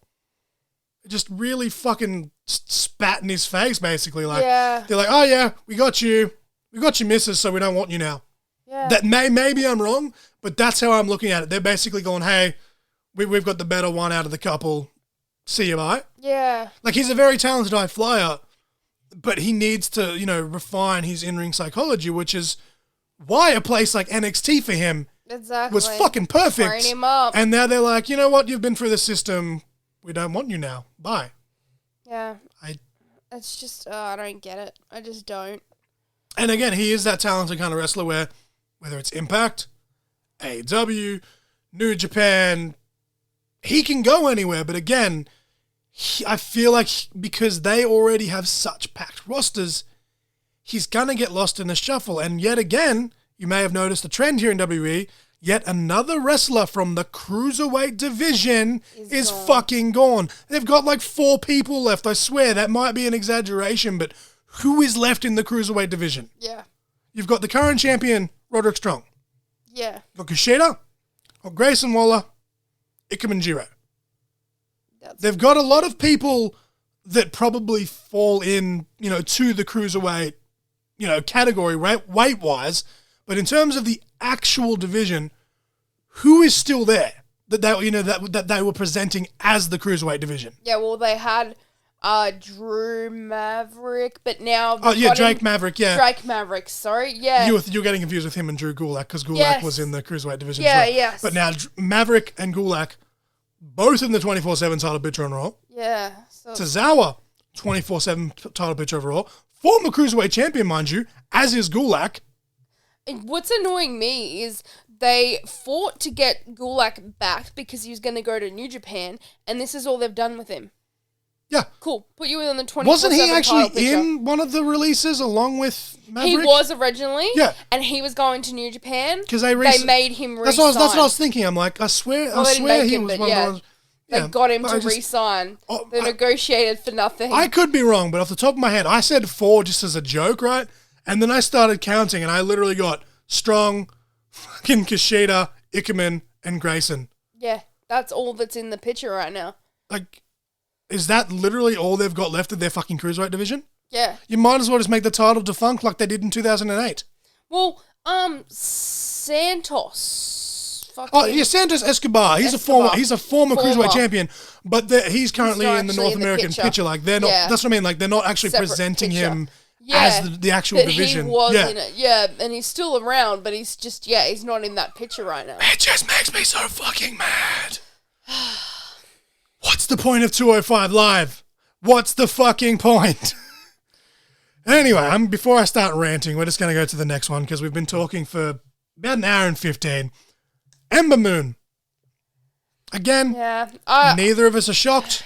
But I just felt she was a bit screwed around. She was in the NXT. She went to the main roster. She got injured. She come back to NXT. They made a great fucking big deal about it. She was Women's Tag Team Champ with Shotzi.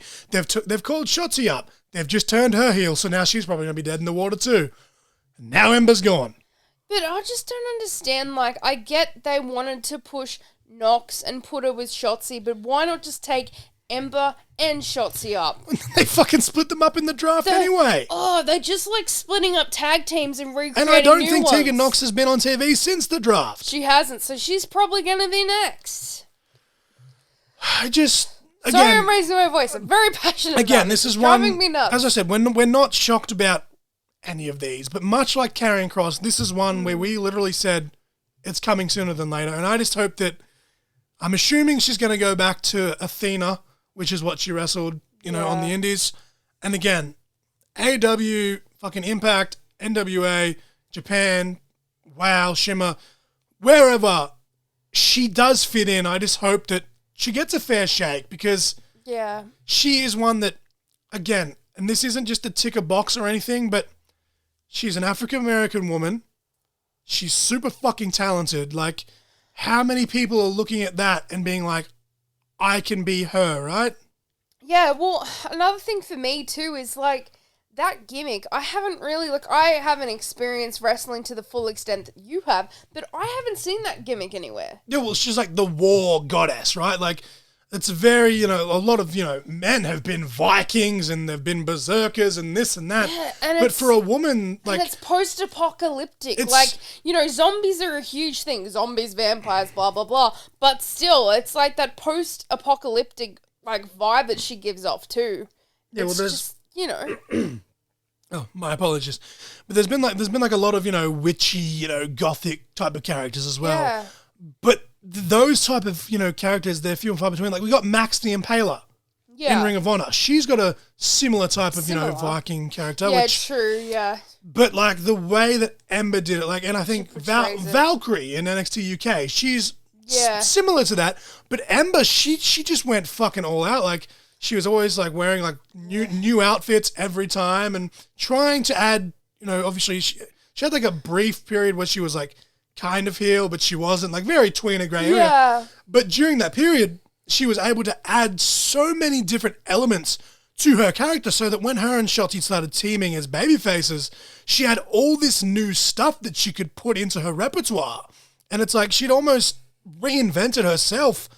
And again, for the better. Like, and NXT is the perfect place for that. Like, at the end of the day, as much as it sucks, it is still developmental. Like, she, much like other people that have been released in the past, has been on the indies. She's trained by Booker T. She knows what she's fucking talking about. So even if you're not going to utilize her as a talent, why would... And maybe, maybe her being released is better for her. Maybe she wants to go and wrestle everywhere and anywhere, right?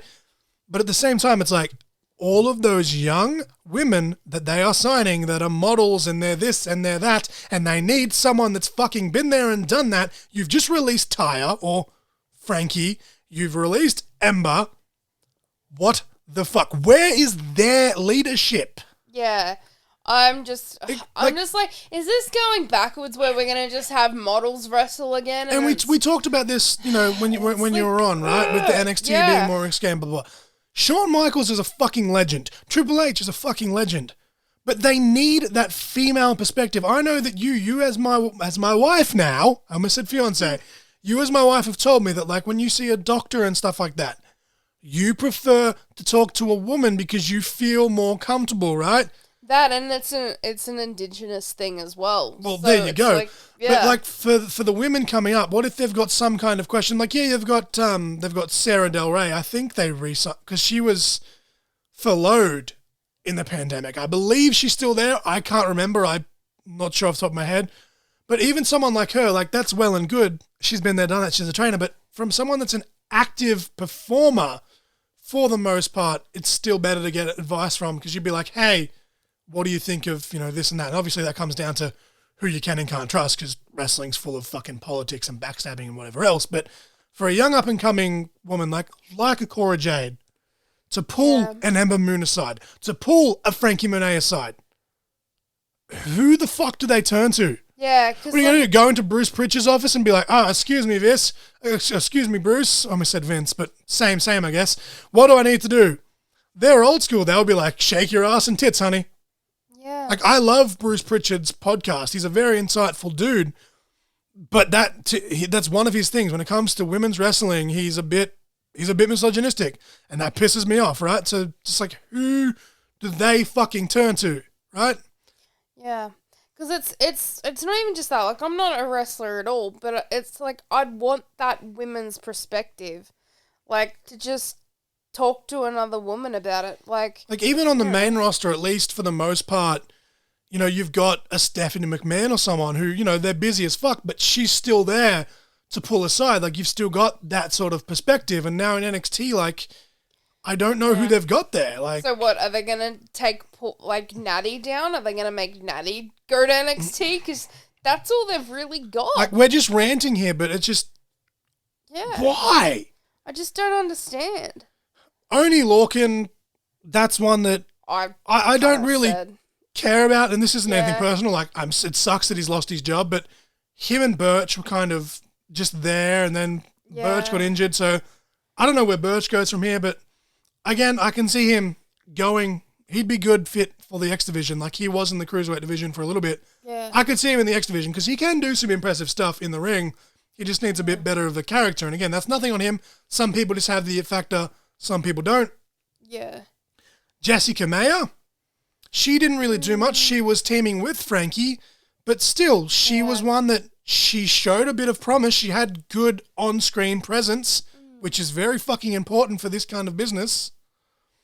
What do you make of that? Because I know that, like, you were kind of, I think you're like me, you're very indifferent on Jessica Meyer, because we never really got to see what she could do, but when she was on TV, I feel like maybe it's just me, but I feel like she commanded attention, yeah? Yeah. And I feel like a little bit she was foreshadowed a bit by Frankie, because Frankie is just, like, it's not even... Yeah, well, you had Frankie plus Robert Stone, and Robert Stone, his comedic fucking timing is just premier. Yeah. He's another one that, probably going to jinx it putting it out there, but we've said multiple times, I feel like he's going to be next, right? Well, they keep giving him new talent to kind of manage, but you can only do that so many times, and it gets old. And then this one pissed me the fuck off, right? And we said this, I can't remember if we said this on the pod or not, but BFAB. Yeah. They've just brought up Hit Row. So she's literally just signed a new deal, meaning that rather than 30 days, she now has to wait 90. If you were going to release her, why not just be like, hey, sorry, we don't see you in this, which that sucks. But now she has an extra 2 months, and it's all well and good that they pay her for the 90-day period, as they fucking should. But she's essentially got to sit on her ass for 2 extra fucking months. And, like, she was very green in NXT, the couple of matches that I saw. She's very green, and that's fine. I wanted to see more of her. Her promos were getting better week by week. She was doing a great job as a valet. Yeah. There's, being on the main roster, they have more chance for dark events, house shows, fucking whatever the fuck you want to call them. So she can have dark matches. She can wrestle the likes of a Natalya, Tamina in dark matches who are veterans. Yeah. Not to mention women on the SmackDown roster now, like a Shotzi, a Charlotte Flair, a Sasha Banks. Exactly, yeah. Fucking, We're going to move on to the next one, because we're kind of like, we're at a loss for words, but at the same time, we're both so mad. Like, we talked about a couple of these before we started recording, and this one, I just... For me, why? For me, I was like, oh yeah, she's a manager, like, what's she gonna do on the main roster? And then I thought more about it, and I was like, you know what, if she tag team with someone like Bianca or Sasha that are a little bit more, experienced. Yeah, well, it's like the Dominic Mysterio situation, right? Now, people have bitched and moaned that, he's there because of his dad's name, whatever. Him teaming with his dad, teaming with John Cena, while working alongside the people he's working with. So he's got someone both behind him in his corner, someone in front of him to whisper in his ear. You could easily do that with someone like BFAB. The women's division, or the women's tag team division, right, spans across both Raw and SmackDown. So you could bring Bianca over. You could bring Rhea Ripley over. You could bring Becky Lynch over if for whatever reason, right? Yeah. And it just boggles my fucking mind. Yeah, because it was just like, they could guide her. Like, I just don't understand. Zayda Ramir, I'm not overly familiar with her. They did only just sign her like a couple of months ago, though. But again, why would you sign someone just to release them like moments later? Like, it's like, I get it. Like, I've been a victim of that, where you start a new job, they take new management, and they genuinely do have, cost-cutting measures or budget cuts, brother. But it's like, you made this big deal, you post all your social media posts of, we've signed this person and have done this, and this. And now she's gone before she's done a fucking thing. See, I just feel like they're trying to tick boxes like, hey, I seen this awesome talent, I'm going to sign them. And it's just like, at least let them showcase like at least one match before you go and release them. But I just feel like they're ticking boxes just for the sake of, hey, I've signed this person. Again, now I'm going to skip the list because of what you've just said. Harry Smith, on the first episode of SmackDown back in June, I believe, when they had fans. It was June, July? Yeah. Whatever, it was around then. He worked a dark match. They made a big deal that he had re-signed. And then he sat on his ass for the last 3 or 4 fucking months, and now he's released. Yeah. Why? Just so that he couldn't go elsewhere while his name was hot? Yeah. He'd been getting momentum. Obviously, they inducted his father, Davey Boy, British Bulldog, into the Hall of Fame. His name was getting back out there. Fans have been clamoring for him to return for a while off the back of the work that he did in Japan in a tag team with Lance Archer. They did fucking amazing stuff there. Yeah. They're clamoring for it. WWE, oh, we've re-signed him. Yay. Yeah. What did he do other than that one dark match? That's what I mean. Like, I got excited because he did the dark match, and I'm like, cool, what are they going to do with him? And again, they're ticking boxes. They're signing him to stop him from going elsewhere, which I understand it. I do. Wrestling is a cutthroat business, and it's just a reality. You have to deal with that, right? Yeah. Doesn't make it right. Like, no. Fuck them for doing that to, oh, your name's like, you've got momentum going. These people are interested. Here, take the money. And at the same time, like, for him, like, he's getting paid. That's good. But it's like, if they're like, oh, yeah, we're going to pay you to sit on your ass, fuck that. Release me from my contract right now. Yeah, I've got to wait 90 days before I can do anything else. But it's the dream is, it's not about the company. I feel like the dream is to just freaking wrestle. Because like Harry's done a little bit of work in MLW a couple of years ago, post Japan, right? And he's always been one that's like him and his sister Georgia. They really want to honor. Like a lot of people, they try to stay away from, whoever their relative is, but being second generation, whatever. Like he honed his own craft in Japan and came into his own, which is smart. But now he's like, okay, I've proved that I can do this, and I've proved myself that I belong. Now that I've got your attention, now I want to pay tribute to my dad, right? Yeah. And that's why the WWE is like, okay, cool, yeah, we've just inducted your dad, we'll sign you back, and you can enjoy sitting and catering. Again, as you just said, they're ticking boxes, and it's fucking ridiculous. It's absolutely fucking ridiculous. The next one, I'm not shocked by.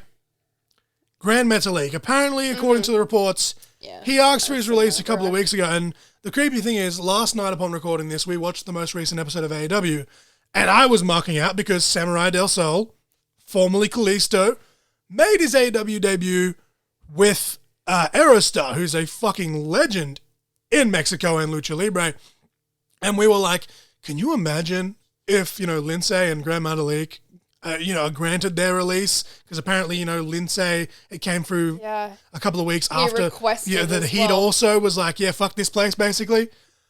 I hope, I don't, whether it's AW, Impact, whatever, they can go back to Mexico, CMLL, AAA, whatever. I just hope, for their sake, like, I'm not saying put every belt, under them like they do with a lot of people that get released, but just let them fucking wrestle. They have sat in catering for months and months and months, and then finally they get a match and it's like, oh yeah, okay, you're going to lose in like 3 minutes. I get it, it's TV, right? TV matches are different to pay-per-view matches. People need to learn that. But at the same time, it's like, what about those house shows? What about those dark matches? Yeah. You've got Austin Theory, who's just been called up. He, just like Keith Lee, was doing dark match after dark match after dark match. Why not have him in the ring with guys like Grand Metalik, guys like Lindsay Dorado, that have a very similar build? Yeah. And yeah, fair enough, they're losing. I don't know them personally, but I'm sure that that's not their issue. They just wanted to go out there and do their thing, right? So why not use them at least in that perspective? Fuck, have them just as jobbers, as they call them, enhancement talent is the technical term. Let them do that, but at least let them do something instead of just making them sit there. Well, I swear. So this one, in a way, I'm relieved that they've been released. Yeah, well, and that sounds bad on paper, but I swear I read it somewhere. I don't know. Maybe I've just dreamt it or whatever. But I swear they asked to go back to NXT just to wrestle. Yeah, well, there was rumors of that Lindsay Dorado. Because I heard it somewhere. I think Meltzer reported it or someone that apparently, they wanted to go back as a tag team. And first of all, them versus like MSK or them versus the Grizzled Young Vets. Like, on paper, that's like fucking tag team splooshiness, right? But I'm glad that they've been released. And as I said, like, that does sound bad, but I look forward to what they can do next. Yeah, and maybe, like, this is me just being a bit of a mark, but I kind of want them to go to AEW, and I just hope AEW keep building up their, like, lucha, like, pretty much, like, lucha in general, like... Yeah, well, they've got a lot of guys. Like, obviously, Andrade's not exclusively, lucha, but that opens the door to a lot of people just because of the people that he knows, right? And obviously, you've got the Lucha Brothers who were there. They were the current AAA champions. They were AAA Tag Team champions. They just lost it to FTR, hence why Samurai Del Sol and Aristar was there. It's like the forbidden door. You can have guys come in, right? Whether it's, Impact do the same with Laredo Kid currently because he's in the X Division. Like, they don't have to be signed, they don't have to be fixtures, but they can come in and they can work this guy, they can work that guy. Like, and so that's what I mean. They've been pretty hand in hand with AAA, and that's why I'm kind of like, if they keep building up their lucha like card, I guess you'd call it. I just didn't know what to say before, like lucha card, pretty much.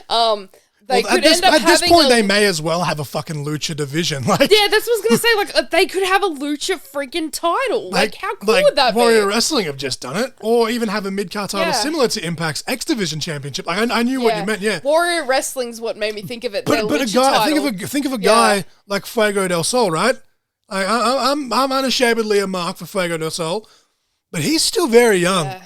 Working with Samurai del Sol, who's been there now. Aerostar, having Grand Metalik and Lindsay Dorado come in, working with those guys, right? Yeah. That's going to help him turn him into a bigger star.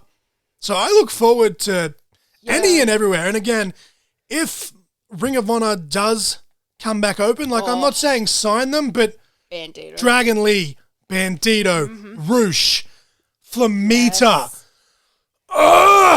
So much potential, right? Yeah, and it's like, even if they don't open back up, where do they go? Do they go to AEW too? Like, I'm just a mark for lucha lucha style in general. That's why I'm glad that Warrior Wrestling, now that the pandemic's, it obviously hasn't finished, but now that, especially over there, the restrictions are kind of easing, they've just gone fuck it, and they've brought in this lucha championship because the X Division championship's kind of like a hybrid of everything, whereas obviously the lucha championship, luchadors, lucha rules, it's just fucking go, go, go, go, go.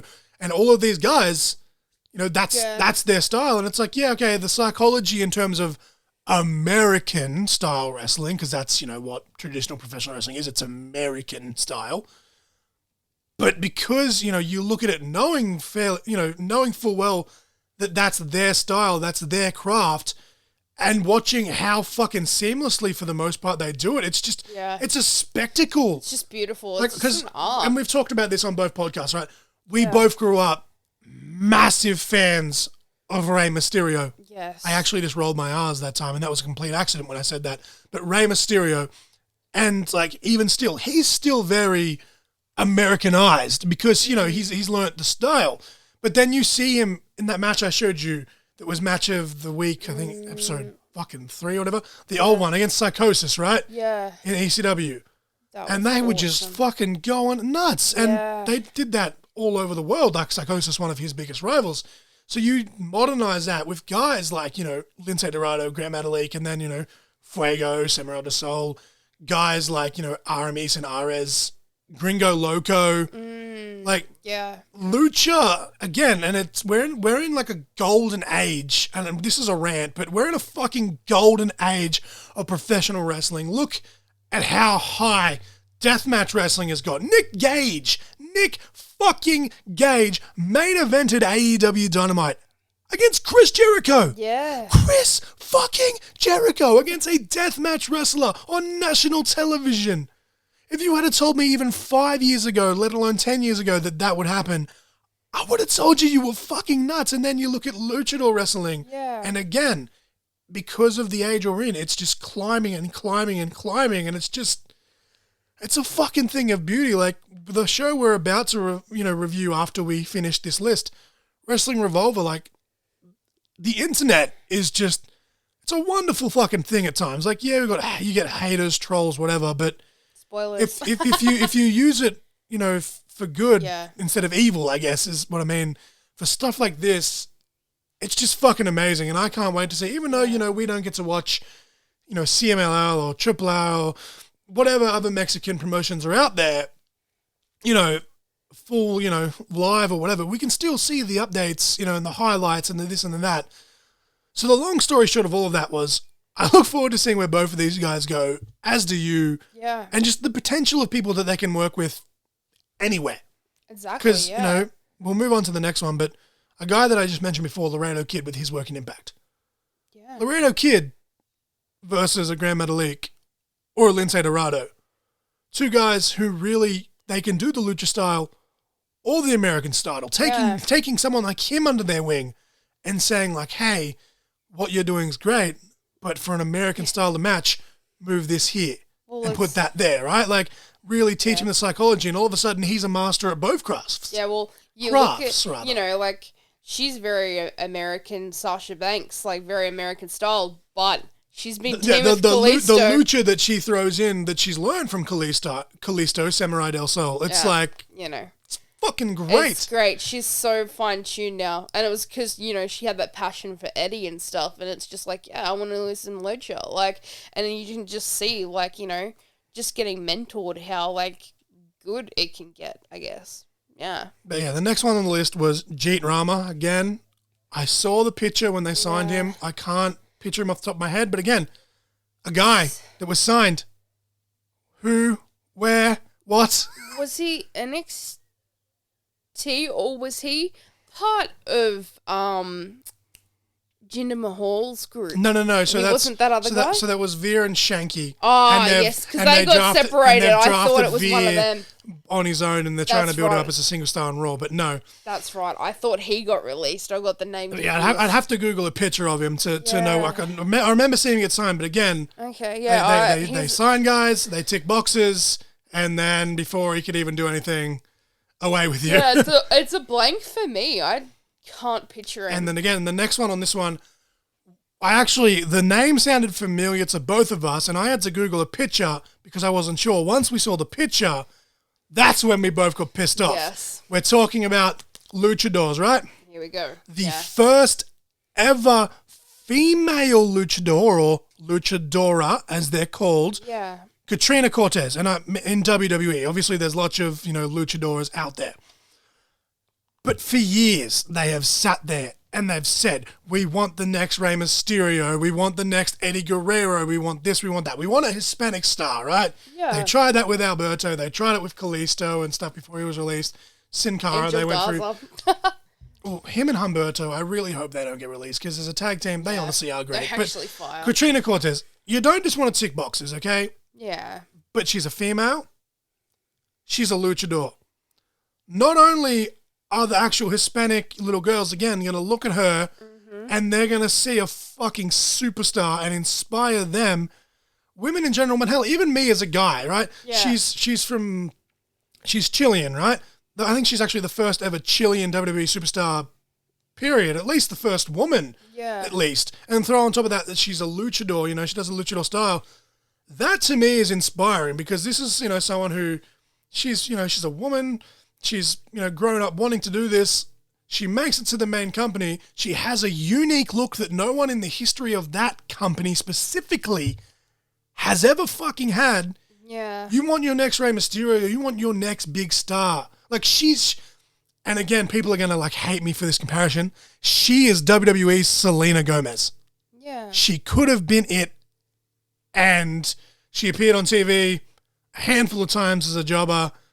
They just started putting her on 205 Live, and even in losses, she was starting to still build a name, and she's gone. Yeah.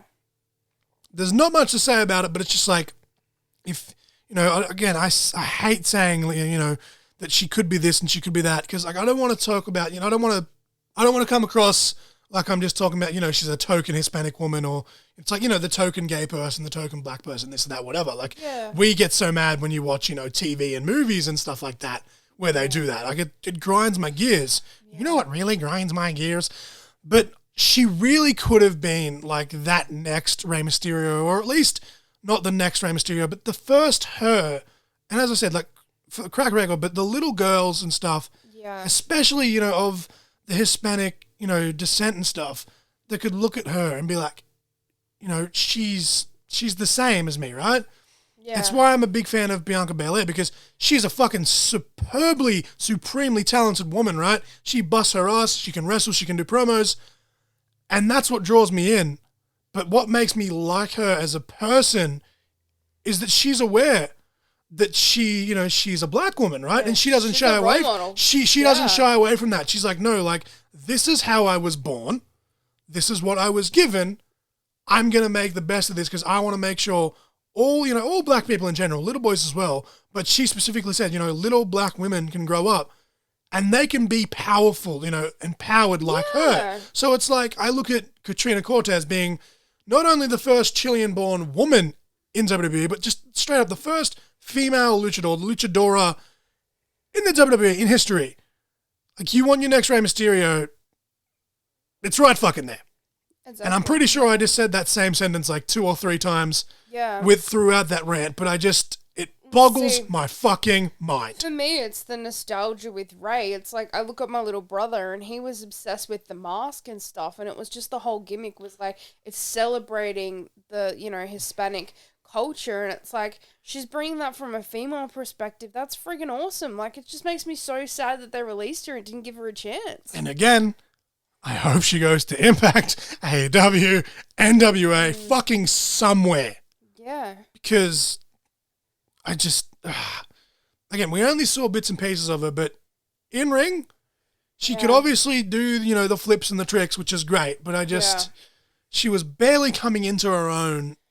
And then you chuck her at the door. For me, I haven't really seen this happen on AEW, but it happens more on Impact. Is female versus male, her versus some male luchadors and stuff, to see showcase what she can do. A lot of there's really cool. Obviously intergender wrestling. It's very intergender. it's very dividing amongst the fans.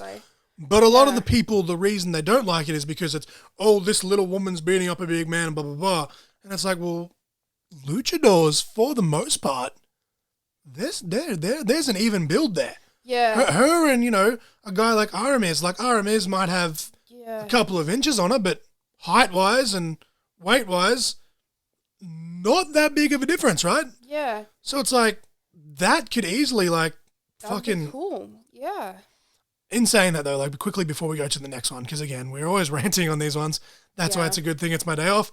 Her versus a powerhouse like a Jordan Grace.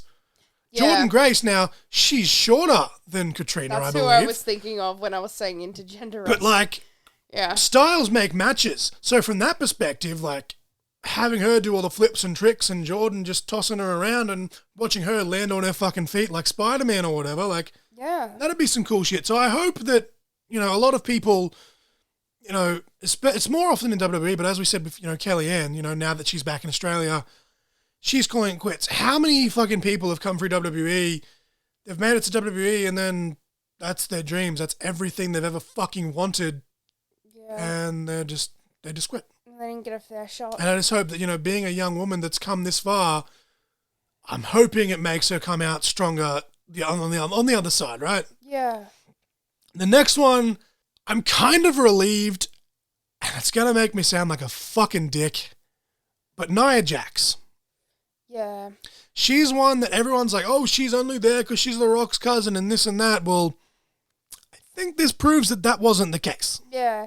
And a lot of it, too, is, like, what you've shown me of her previously before her knee surgery, she was really great. She was honestly, like, she wasn't the greatest women's wrestler of all time, but she was, like, there's a match between her and Asuka where Nia actually carried that match. And Asuka is another one. She's a very talented woman, but Nia, actually, because it was more, the American style than the Japanese style, again, still, strong style is great in itself, but the psychology of a Japanese match is still different to an American one. So, like, Nia helping Asuka through that was great. And then, all of a sudden, Nia comes back from her knee injury, and it was almost like, I don't know if it was a confidence thing, but she just kind of got really reckless and just, man, like, I was a big fan of Nia. And then when she came back, I was just like, I'm done. Sometimes what I've seen of her too, like, I don't know if it was just her character and that's the way she was portraying, but she seemed like she had a little bit of an ego, but could be her character. Yeah, well, like, we're talking about Total Divas and stuff specifically here. That's so, like, it could be, scripted for show's drama, but it did seem like almost that as her career progressed, she started to, like, get an ego, like, she bought the house and this and that, and now she started to think that, she was the shit sort of thing. So, okay, maybe we've been worked, but there was something there that just kind of turned us both off. Yeah.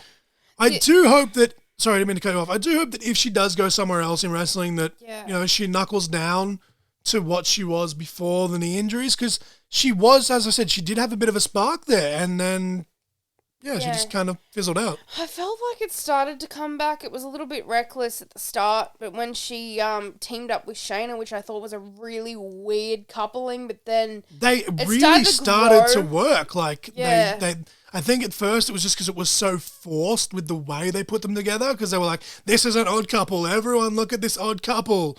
And then because they'd been together for a while, it's much like Randy Orton and Riddle at the moment. Like, obviously, they're still an odd couple because their gimmicks are still very vastly different.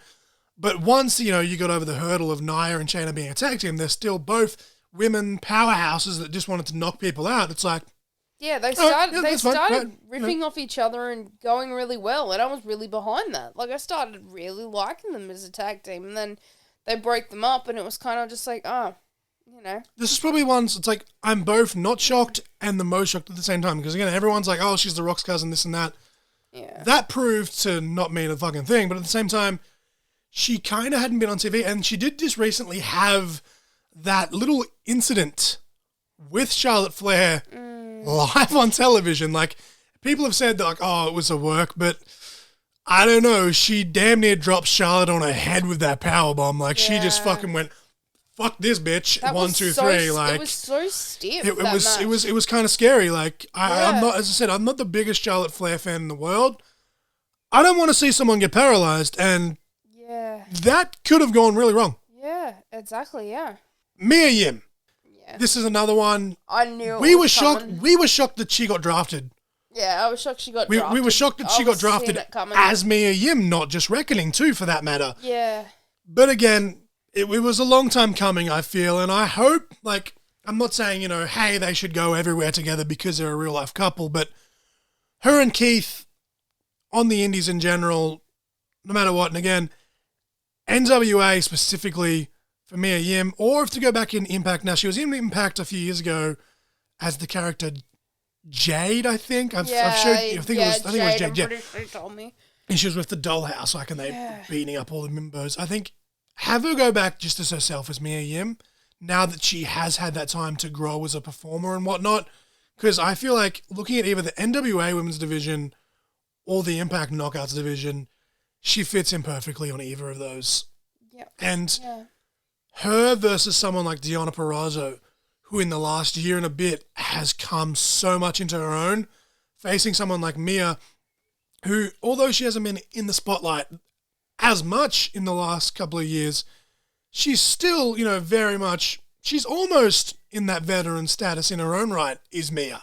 So having her versus someone like a Deanna, or working with a Rachel Ellering or a Tasha Steeles or a Jordan Grace. We're going to say Jordan Grace every time just because we're both fucking marks for Jordan Grace. But working with that Savannah Evans, right?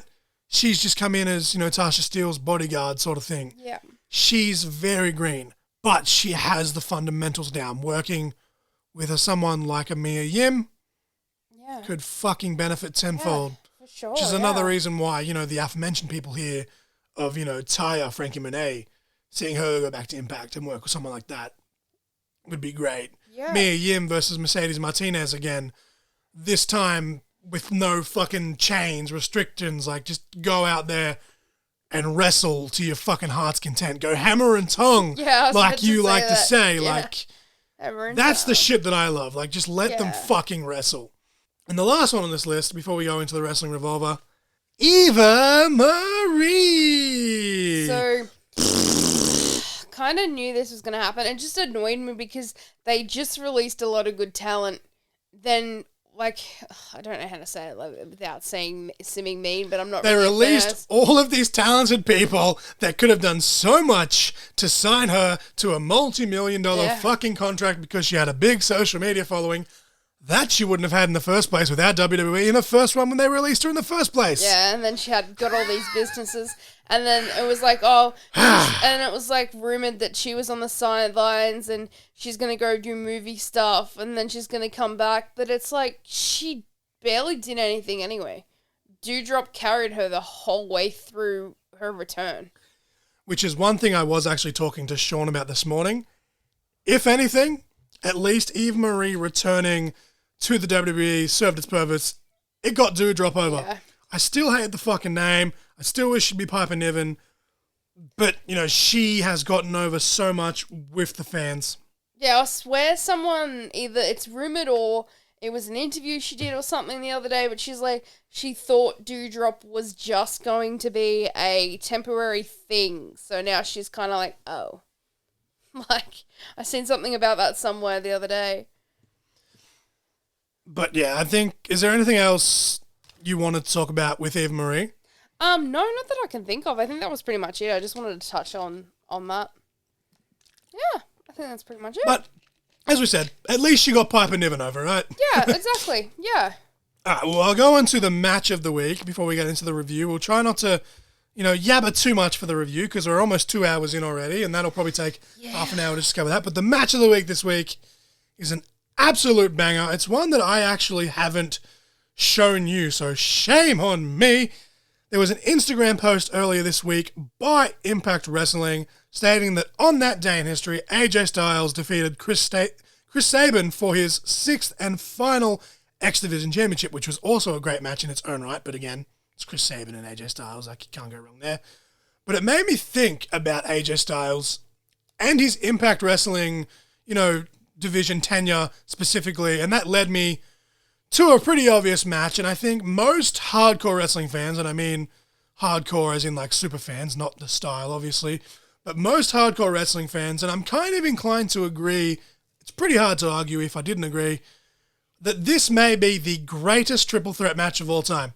And I'm not just saying that, the internet's pretty strong on that. In any promotion ever, maybe the greatest triple threat match in the history of professional wrestling. And if someone disagrees, that's fine. We all have opinions. But for the X Division Championship, we had AJ Styles versus Samoa Joe versus Christopher Daniels at TNA Unbreakable 2005. This was at a time where the X Division had really started to take off. They were TNA were in the stage that AEW is now. They were about, 3 years in at that point, so they're still very early on, but they're very, very much so becoming the alternative. And, AJ, Joe, and Daniels in their own right, their star power, respectively, was really starting to rise. And it got to the point where Impact, TNA at the time, they were pretty much forced by the fan reaction to put these guys in the main event. And it ended up being the very first time the X Division had ever main evented an Impact pay-per-view, so it leaves all three guys to be well, fuck, we're in the main event. We kind of have to, perform now. And they really did this. Like, I'll try and remember to show you this at some point within the next week. But if you guys are wrestling fans already and you haven't seen this match, or to, answer one of the questions from a few weeks back when Ash asked about it and I said the X Division in general, this X Division match specifically, and it is actually on YouTube in full. It's about 30 minutes all up from the entrances to the ending bell. But AJ Styles versus Samoa Joe versus Christopher Daniels for the X Division Championship at Unbreakable 2005. It's a fucking banger. Holy shit. Please go watch that match and remind me when we've done this, maybe not straight away because I've got to edit and stuff, but at some point during this week to show you this match, because I feel like it's the shit it's the shit that you're going to eat up. There's flips, there's tricks, but there's drama, there's emotion. It's just it's fucking moi. It's chef's kiss. But I've been showing you some more of the indie stuff at your request. I haven't been forcing you into it. Yeah. We're going to be watching the House of Glory show in a couple of weeks. Again, at your request, you said, hey, can we check that out? And I looked at the card and was like, why not? But this was the Wrestling Revolver show. It actually took place the day after we got married, so we're on a couple of days delay, but luckily somehow managed to watch this entire show spoiler-free. Yeah. Which, I don't know how we avoided spoilers because it's the internet, but pretty fucking happy with that effort. You kind of were fading in and out during this just because we're still trying to unwind after, getting married, but you were there for the most part. And in the first match we had for the Wrestling Revolver Remix Championship, for the crown the very first ever Wrestling Revolver Remix Champion, we had Ace Austin versus Alex Zane. Now, on paper, this is already a fucking fantastic match. You and I, big fans of both of these guys. Ace Austin was accompanied to the ring by Jay Miller, of course. Go support those guys. They've just had a bit of a tragedy. They lost their home, and luckily they and their cat survived. This match was to crown the very first ever Wrestling Revolver Remix Champion. And this is basically their version of the Impact X Division Championship. It's a straight-up singles match, but the caveat here is whoever wins the championship then gets to pick the stipulation for any title defenses going further. A gimmick which I have actually had for one of my potential championships if I ever get the chance to run a shows, which you can actually back me up on. So if anyone tries to do it and then say I stole their idea, fuck you. I'm not going to say the name of it on air because that will get stolen, but this match was, as most would expect, very back and forth, a lot of high-impact moves, high-flying, flippy-doos, but the pacing, and thank God, was actually a bit slower than we were expecting. Yeah. Which, again, not going to complain here. Just as Alex Zane was about to pull off the win, Gia Miller would step up, and apparently she's a heel manager now. I didn't see that coming because neither guy was really defined as face or heel going in. I thought it was just two dudes going at it, but Gia would distract Alex Zane, allowing him to get, go-natted, get crotched on the top rope, allowing Ace Austin to get the win and become the new and very first ever Wrestling Revolver Remix Champion. I kind of like the way that they didn't go out, just go nuts off the bat though, because I feel like these two, if you let them go hammer and tongue, as you like to say, would be a fantastic match, but I like that they didn't waste it at the same time. Yeah. Save it for an Impact pay-per-view where they have an X Division match, or save it for a match down the line here in Wrestling Revolver. Match number 2, we had the Drama King, Matthew Raywalt, versus the alternative Anthony Green. Both Mrs. Crossfire and I popped super hard for Anthony Green's theme song. He came out to Heaven is a Place on Earth. Yes. By Melinda Carlisle. Good stuff there. You were just singing the song pretty much the entire match. Yeah. The commentators popped me really good here. They basically said that if you want to get an idea of who Anthony Green is, think of Ravishing Rick Rude if Ravishing Rick Rude had have had access to PWG tapes back in the day, which is pretty fair to say. The gimmick is right on par, but then he does all the, the flips and tricks and all the modern day, indie wrestling stuff. This was a fairly basic match, which again, can be a very good thing. It's good to see more of both these guys. I mean, you actually said while watching this that Raywalt specifically, he's basically fucking, Deonna Purrazzo's, butler. He's the Drama King and they're meant to be a team, but He's basically, her her whipping boy sort of thing in Impact. So it's good to see Matthew Raywald here, actually be able to do stuff sort of thing. Yeah. It's pretty 50-50, much like the first match, but both these guys looking strong. Brother. Always got to look strong. Green got a very close near fall off a pin reversal, but Raywald eventually hit a big unhook facebuster for the win. Pretty standard match, but as I said, both guys looked good. Yeah. Match number 3, we had a triple threat match with Jessica Havoc, another one that you're fucking very big on, you little mark. But I do love me some Jessica Havoc. She's such a fucking talented woman. She was versing Billy Starks, who still blows my mind that she's only like 17 years old. Like, she is far too talented for her own good. And as I said this to you while watching, that I hope that she can keep a level head on her shoulders, because if she keeps going the way she's going, she could be at Becky Lynch's level, much like a Britt Baker, like I said earlier. And again, people are going to scorn on that, but she's a fucking natural. Well, I wouldn't mind seeing her in NXT UK. Absolutely. Yeah. And the third lady in this match was Charlie Evans. Fucking love us some Chevs. So I was so keen for this one since the moment that I announced it. Havoc was escorted to the ring by Su Yung. Yeah, it's a bit weird. A little bit weird, seeing as how, like, over an Impact they do kind of feud, but I get it. This is kind of like, Revolver has its own little universe. I dig it. It's a pairing, though, that I can get behind. Like, very, very similar gimmicks in a way. And it's great to see, Charlie Evans is back in the US, fucking killing it too. This was your first time seeing Billy Starks. What was your thoughts on Billy Starks? Were you kind of yay or nay, or still kind of indifferent? I guess I'm still like just want to see more of her stuff, but I was just like, for her age, she's super freaking talented. Like, because I remember I told you that she was only 17, and you were just like, what? fucking what? And then you're like, oh, okay, yeah, like I can see that. Lots of good themes on this show, though. Like, as I said before, we were talking about Anthony Green's song, but we're popping for Billy Stark's theme song. We popped in the first match to Alex Zane's theme song. Just all the fucking bangers. But the actual match itself, Starks, obviously as the rookie, copped most of the brunt of the offense from both competitors. Rightfully so. I mean, as the rookie, you've kind of got to be almost the underdog. There was a point in the match where Havoc hit a really impressive fall-away slam Samoan drop combo on both opponents. Billy Starks came really close to slipping off. I guess it must have just been because of the sweat or whatever they were wearing. But luckily, to Billy's, own right, she did a very good job of posting. And obviously, Havoc, with the power that she has, held the own right. Thank God, because it could have ended really badly, but ended off coming up nicely well executed. That's very good English there. Very well executed. Gonna leave that in. Fuck it. Charlie and Billy hit a very good double team Russian leg sweep on Havoc and went for a double pin. Of course, this is one fall to a finish, so had that have been the end of the match, it would have constituted as a draw between the two women, which is not how you want this kind of match to end. We want a winner.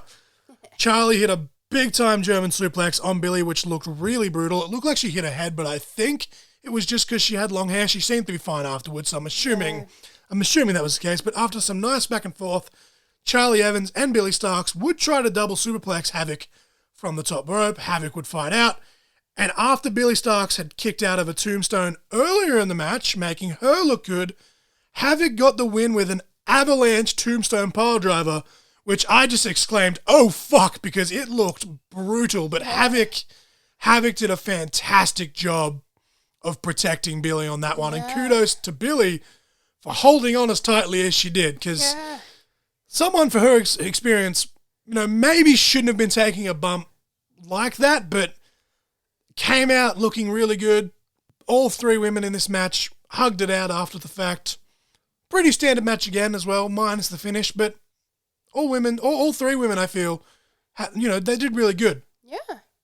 I'm tripping all over words, I'm sorry. I think that monster that I had earlier has finally kicked in, or mother, whatever it was.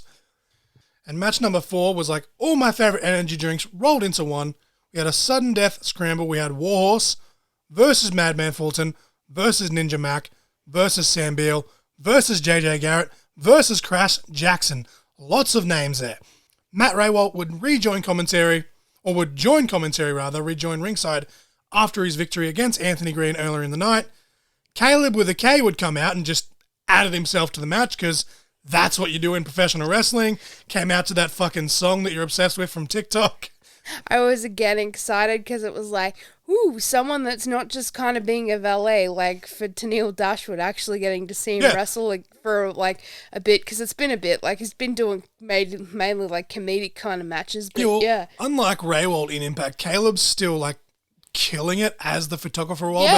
Definitely great to see him do more, and he was still playing up on like the Tennille Dashwood photographer at the same time. It was kind of like a hybrid of old school Caleb Conley and Caleb with a K from Impact, which was nice. I liked it. Even with the song just suited like the gimmick of being like the photographer really well as well.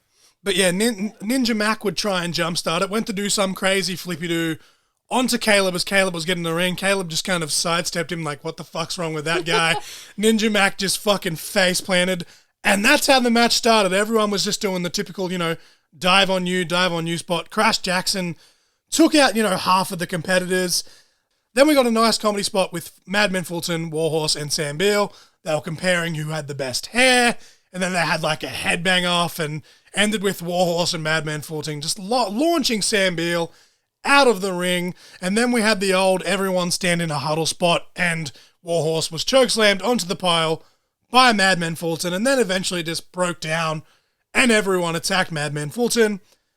Everyone got some shine, which is good. Like, these matches are always just fucking all over the place, but everyone still got like a defined bit of offense, when they got their shit in. Yeah. Brother. Again, Caleb with a K, like we just said. So great to see him do more than usual, at least on Impact. And as we said, for the record, Caleb does do a great job, but it was just great to see more of it here. I've only seen bits and pieces of JJ Garrett on social media here and there in like GIFs. I think Wrestling with Unicorns have posted a lot of his clips. They actually follow you on Instagram, as you like to brag about. Yeah. But I think if I was to describe his character, I'd basically say take Scott Steiner's like character from the 90s with the mullet and the varsity stuff and combine it with Rob Van Dam. He's kind of like a stoner, like college guy, and I fucking love it. It's really good. We had a really funny spot where Ninja Mac did a Phoenix Splash, landed on his feet, and then proceeded to put Warhorse in a rear naked choke or a rear chin lock. And then we basically did the fucking cha-cha, and we had a 7-way rear chin lock, which a lot of people are going to look at and be like, that's not wrestling, but I laughed. Mrs. Crossfire laughed, so fuck y'all. Matthew Raywald on commentary actually referred to this as the human chocopede, which is very fucked up, but popped the fucking shit out of me. And I think this match was definitely match of the night, at least match of the night so far, as it had a bit of something for everyone. We had the comedy, we had the high flying, we had the hard hitting, and the ending was just fucking brilliant. Madman Fulton hit a double choke slam, powerbomb, front slam combo, taking out 4 guys at once, making himself, look like a monster. That's his gimmick. He's the main event monster. Very well done. And then Caleb with a K just comes in, stacks up old mate. I can't remember which one he pinned now, but got the victory. As Caleb was celebrating, Madman Fulton just took him out because why the fuck not? And then Fulton scared the referee, which made the referee run away from Fulton. And in the process, he accidentally, wink wink, did a fucking like suicide dive plancha thing on top of Caleb with a K. There's good stuff there. Some, again, comedy, some like it, some don't, but many pops were had in this household. Match number 5. Mrs. Crossfire wasn't the biggest fan of this match, but it's also not the worst that we've seen. It was a 4 corners of pain death match. This one was actually fairly tame considering some of the other stuff, and you didn't mind it. It's just not your cup of tea, which is all right. I just got to be in the mood for it. We had the Blood Fighter, Alex Colon, versus Born to Die, Jake Christ. Holy fucking shit. And the fans were shouting, let the fuckery begin. I agree. Let the fuckery begin. As a side note, I don't want to ramble too much because we've already been going really long, but I said this to you. I cannot wait until Alex Colon is able to come to Australia because him in DMDU is going to be fucking sick. Yes. Him and our man Joel Bateman have done some sort of, collaboration with like merch and stuff. So I don't want to make an ass out of you and me, but you got to assume that means that either Joel's going to be over there or Alex is going to be over here. Maybe both, but definitely look forward to when / if that happens. And Alex Colon versus Joel Bateman would be fucking sick. Whether it's a straight up wrestling match or a death match, I'm here for it. Joel Bateman versus Slack would be great as well, but that's another story for another day. But these guys they came straight at each other. Jake Christ pretty much instantly got colour, started bleeding. For those not in the wrestling bubble, that sounds rather pretentious, but that's all right. He got colour, and I popped super hard for Alex Colon's ring gear, by the way. He had kind of like a Chicago Bulls-esque outfit happening. It was just, customized with the Blood Fighter stuff written on it. We had a nice little stabby stab spot, which is the one that's one of the things that does make you cringe, which is fair enough. Sometimes, we had what was an already broken light tube from earlier in the match, and Jake Chris kind of just grinded it into the head of Alex Colon. Just, that's a spot, though, that, like, in fairness, that and the cheese grater spot, that does make me cringe a little bit, but I think it's because, like, you can at least imagine, like, what it's like. It's just like, ugh. Like the pizza cutter on the tongue for me. That's fucked up. But, like, even in the cage matches and stuff when they're grinding their head, you can picture that, and you're like, I can imagine that pain, and you're just like, nope, I'm good. That's why I've got to be in this certain mindset to be able to watch some death matches. Like, I've got to just be in that mindset where I'm not going to be like, You do love the thumbtacks, though, as long as I'm not the one doing it. Yeah. Yeah. I feel your pain, though. Like, even when you're in pain, I'm just like, no, I don't want to know. But honestly, in all honesty, though, for people that are fans of the hardcore / deathmatch style, 100% this match definitely worth checking out. Like, it's not the most crazy deathmatch I've ever seen, but it was just fucking really well done. Whole lot of fun. We had chairs, a barbed wire board, not a table. Sorry, it was wood. I wrote barbed wire table for some reason, but we had chairs, a barbed wire board, a trash can, all the fun stuff. And as I mentioned, we'd already had thumbtacks and a light tube. Alex Colon, though, towards the end, would do a double stomp onto Jake Christ, onto the trash can that was just chef's kiss. That didn't get the job done, however. So he would pull out a board covered in kitchen knives. This is where I do start to get to that fuck that kind of stage, because I'm just like, no. But eventually Alex Colon himself, in true wrestling fashion, because he set it up, was powerbombed through it by Jake Chris as I just sat on the couch going, fuck! Because I was just like, nope, I didn't want to see, like, him be impaled, basically, because no matter how much you gimmick that kind of thing up, like, too much room for error. It's like when Joel and Guido did, like, the cut can boards. I was like, you can only go so far before you risk, like, fucking impaling yourself. Like that scene from Frozen with Olaf. I seem to have just been impaled. Yes, good sir. Yes, you have. Yeah. It's a no from me, guys. But eventually, Alex Colon did get the win via submission with the traditional wrestling move with a camel clutch. Nice little tidbit there after all, the violence and whatnot. But the commentators stated that this actually made Colon and Christ 1-1, and then Colon cut a promo saying that that they're back in the state of Iowa. He wants a rematch, and they agree. So I need to track down their first match, because I wasn't aware that they'd already had one. So mark me down as intrigued.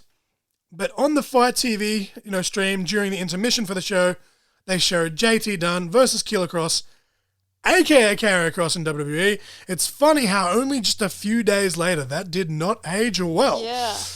Anyway, spoiler alert, Cross won with the Doomsday Suplex for those playing at home.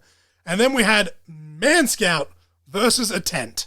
Yep, a tent, like an actual tent that you can camp inside. Mrs. Crossfire had left the room to make dinner, seeing as how it was technically intermission, and I was just kind of letting it play in the background.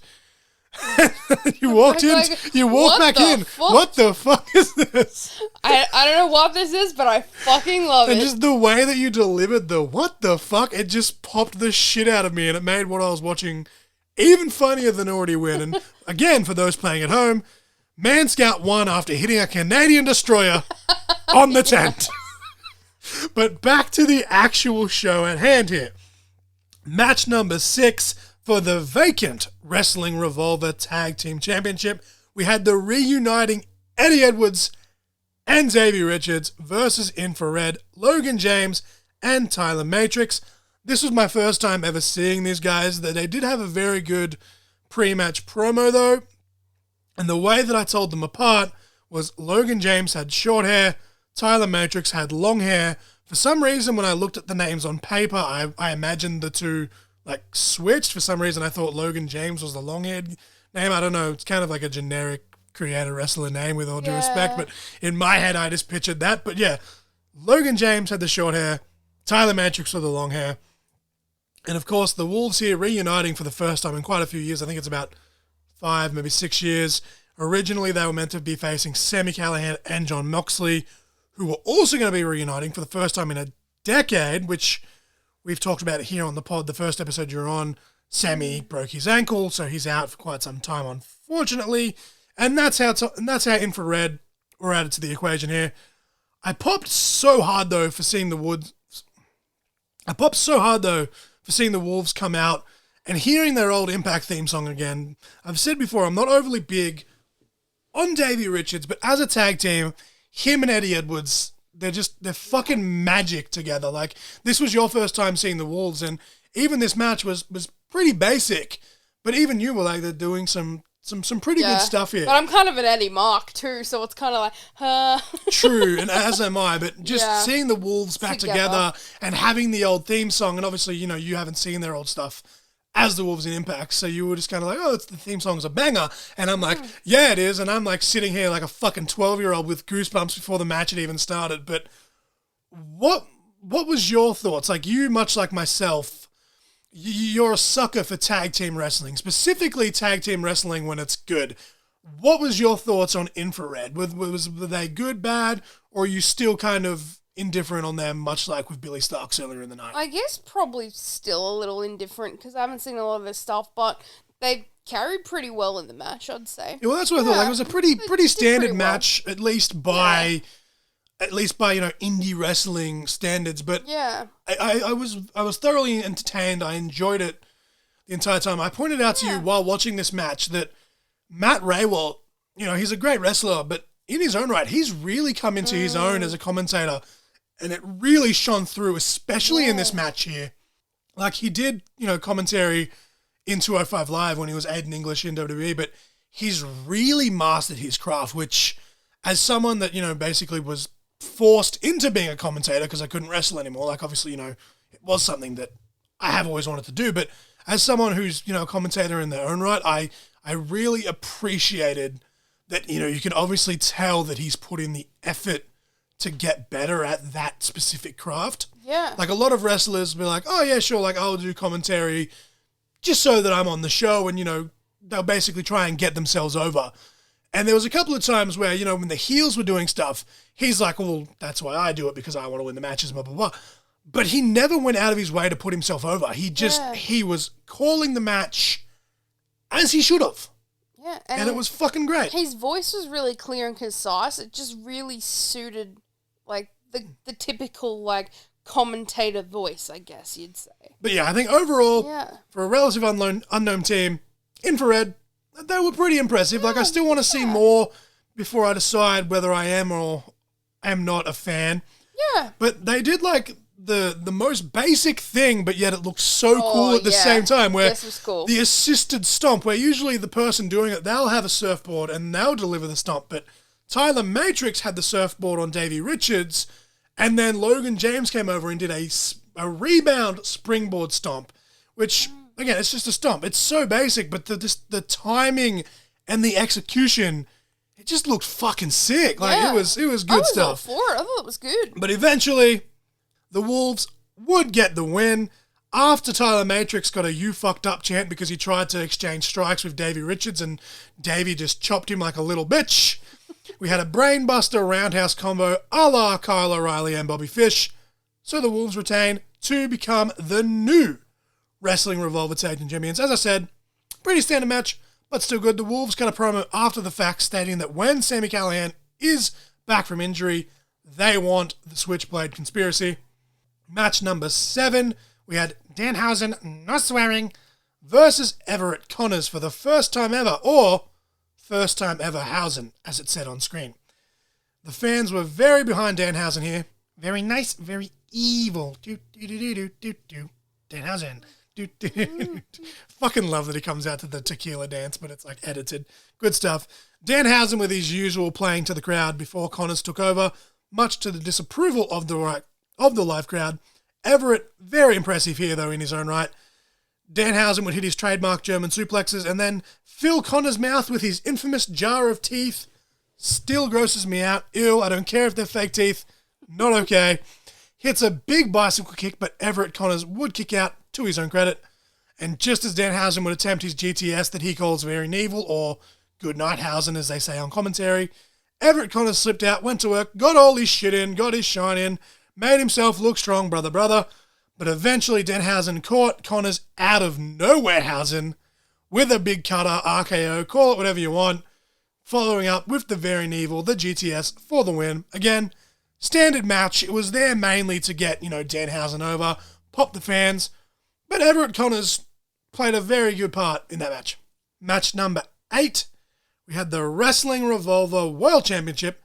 The vacant championship seems to be a common theme here in Wrestling Revolver, but of course the former champion was Killer Cross, and obviously he went to WWE, and then we had a pandemic, so now we've had to wait a while to crown a new champion. We had a ladder match. We had Rich Swann versus Trey Miguel versus JT Dunn versus Man Scout. Yes, the same Man Scout that was wrestling a tent in intermission. I can't believe I've never seen that before. More entrance theme bangers here with Man Scout and Rich Swann respectively, especially Rich Swann. All night long, all night. Fun fact, that song was actually on our wedding playlist. Trey Miguel looking to become Trey 3 belts here. Of course, he had the X Division Championship with him, and he is the reigning defending Warrior Wrestling Champion upon recording this. Next event for them is about a month away. I look forward to recapping, reviewing, or doing a recap-ish, as I say on the podcast. But the ladders were introduced early on here, as almost always in modern ladder matches.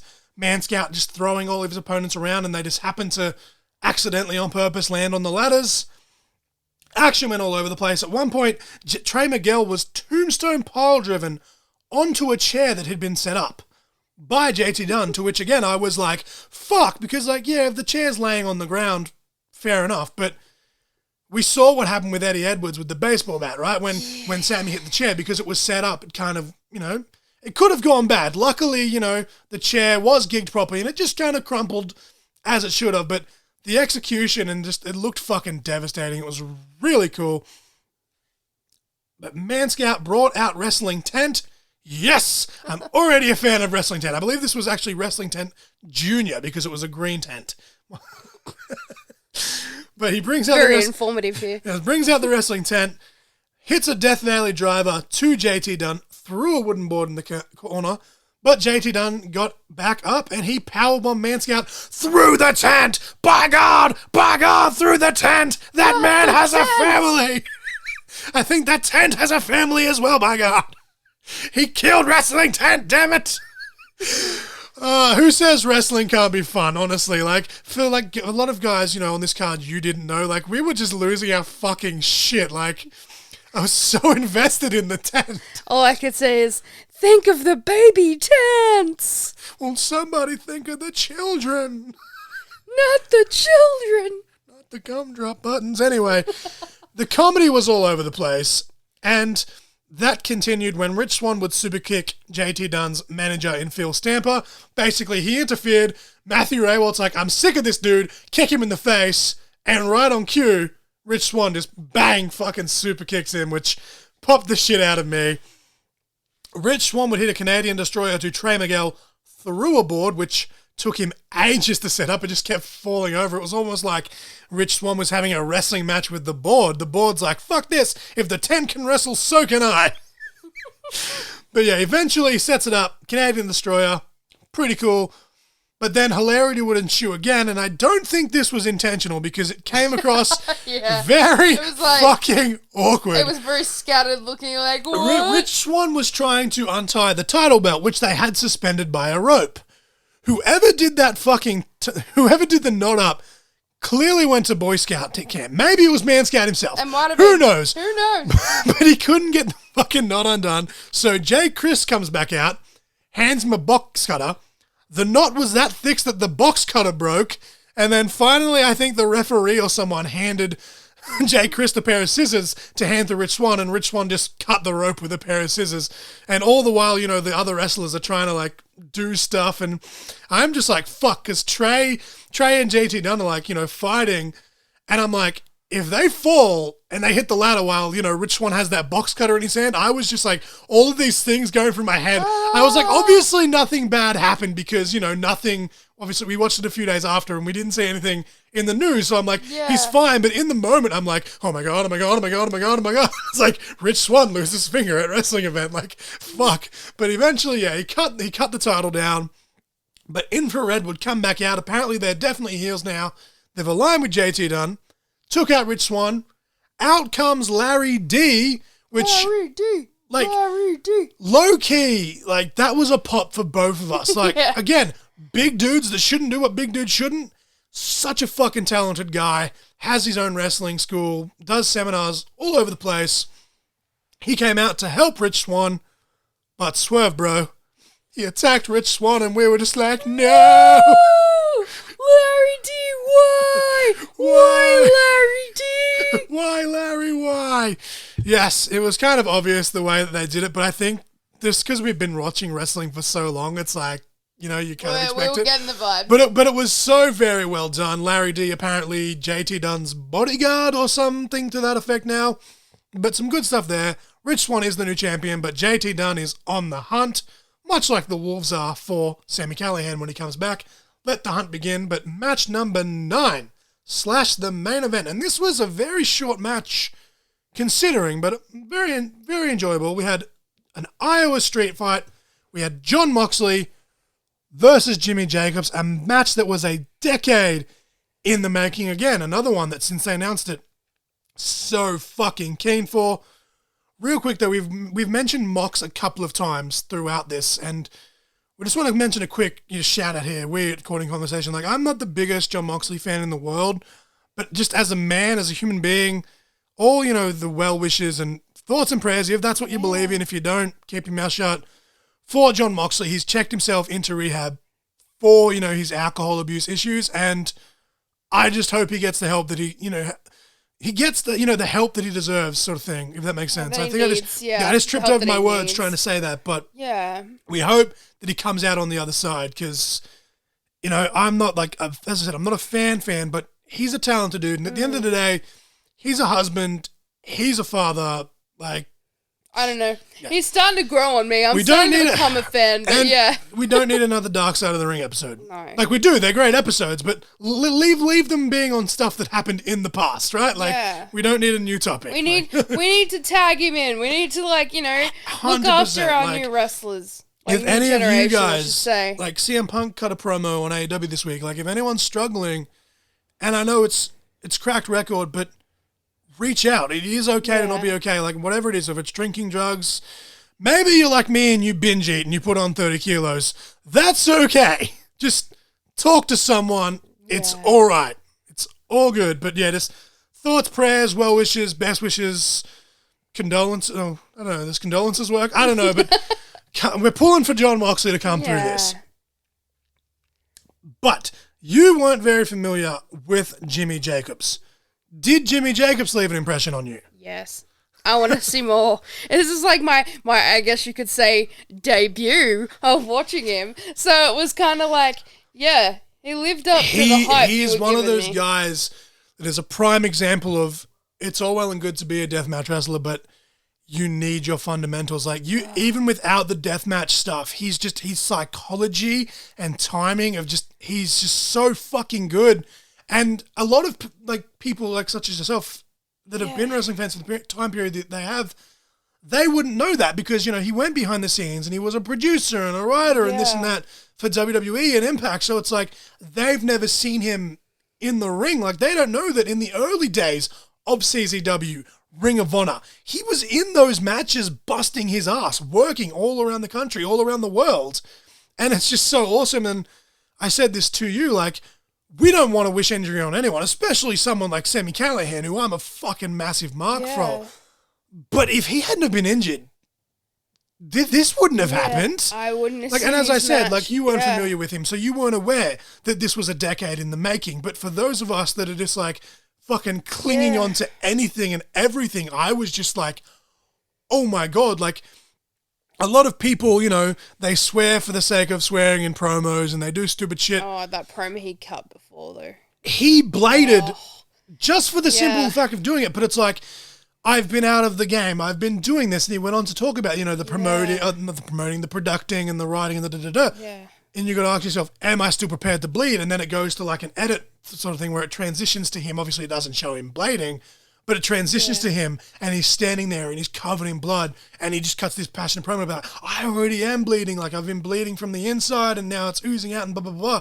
And it was just like, fuck me. Like, what a promo. And I think that's for you because you actually had the chance of seeing the promo, because when it came on, I was like, hey, watch this promo, because I watched it on Facebook, on Wrestling Revolver's Facebook page, and it was just like, oh my God. But I can really appreciate a good promo. Like, a wrestler that can cut a good promo, holy shit. I don't know if this is a one-off or if Jimmy Jacobs is, you know, going to be back in wrestling, but I'm kind of hoping it's the latter, because he can, like, although this match was short, you can tell that he can still go, right? And like, I know it's cheesy and a lot of wrestlers don't like the you still got it chance, because it's like, well, you know, you never forget to ride a bike sort of thing. Yeah. But he does. If that chant, you know, if anyone deserves that chant, it's him. Like, I thought, you know, because of the injuries and stuff he's been on over the years, he's gone on a different path of writing and producing. I didn't think I'd ever see him back in the ring again. Like, and then all of a sudden it's like the subject comes up and I'm just like, I need this. It's like, I still need to show you this match as well, but Steve Corino, he works behind the scenes in NXT. He recently came out of retirement to wrestle his son, because basically he's a father to his younger son, and I don't know how much it was a work, how much was real, but basically his son, Colby, who's a very good wrestler in his own right, especially in the last few years, the story was he's like, you were never there for me, but you're there for him, and now I'm going to beat the fuck out of you in this ring, which is why you know... already you're like, holy shit. It's like a 40-minute match, right? Psychology sounds fucking amazing. Just the match, like, you show that to any person that wants to learn about psychology. And Jimmy, I almost said Jimmy Havoc.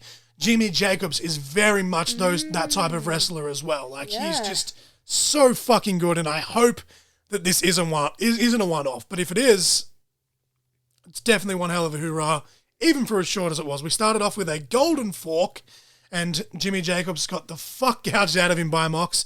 He got some excellent... You even said that, though. You were talking about how well he was bleeding, which is like... That's what I mean. Like, he just...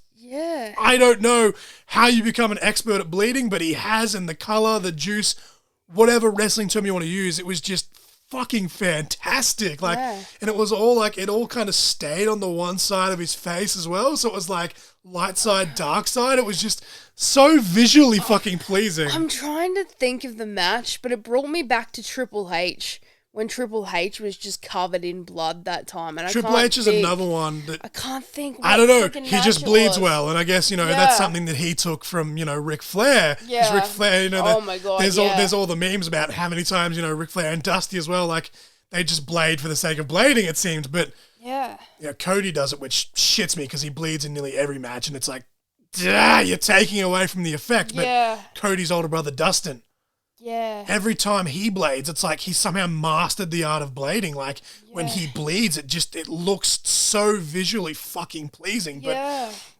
we're ranting. We said we weren't going to do that, but just... I think it's safe to say that with one match, unlike Infrared and Billy Starks, there's something in Jimmy Jacobs that sucked you in. It sucked me in for sure. But John Moxley took it back to some old school wrestling after the stabby stab with a basic body slam, but with the assist of a steel chair. Got to mix it up a little bit, I guess.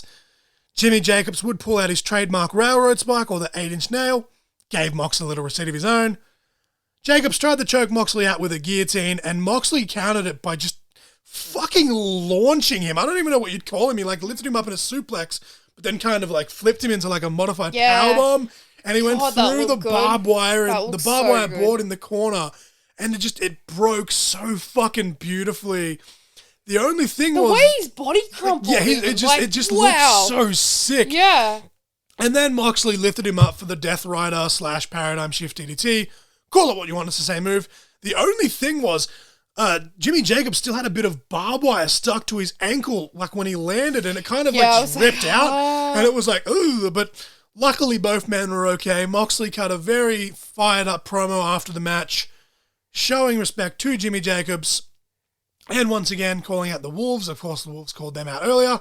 Sami Callihan comes out on stage in a knee brace saying that when he does come back, the Wolves, they're going to fucking get it, basically. So that excites me that we're still going to get it. So that makes me, as a man, obviously, I want Moxley to be okay. But as a fan, I want Moxley to get out of rehab. I want Sami's ankle to heal. Wolves versus the Switchblade Conspiracy, whether it's on an AEW or an Impact or here on Wrestling Revolver or just anywhere on the indies. I just want to see it. I would pay my money to watch that match. Just fucking... I'm keen. Whether it's a death match, normal tag match, I don't care.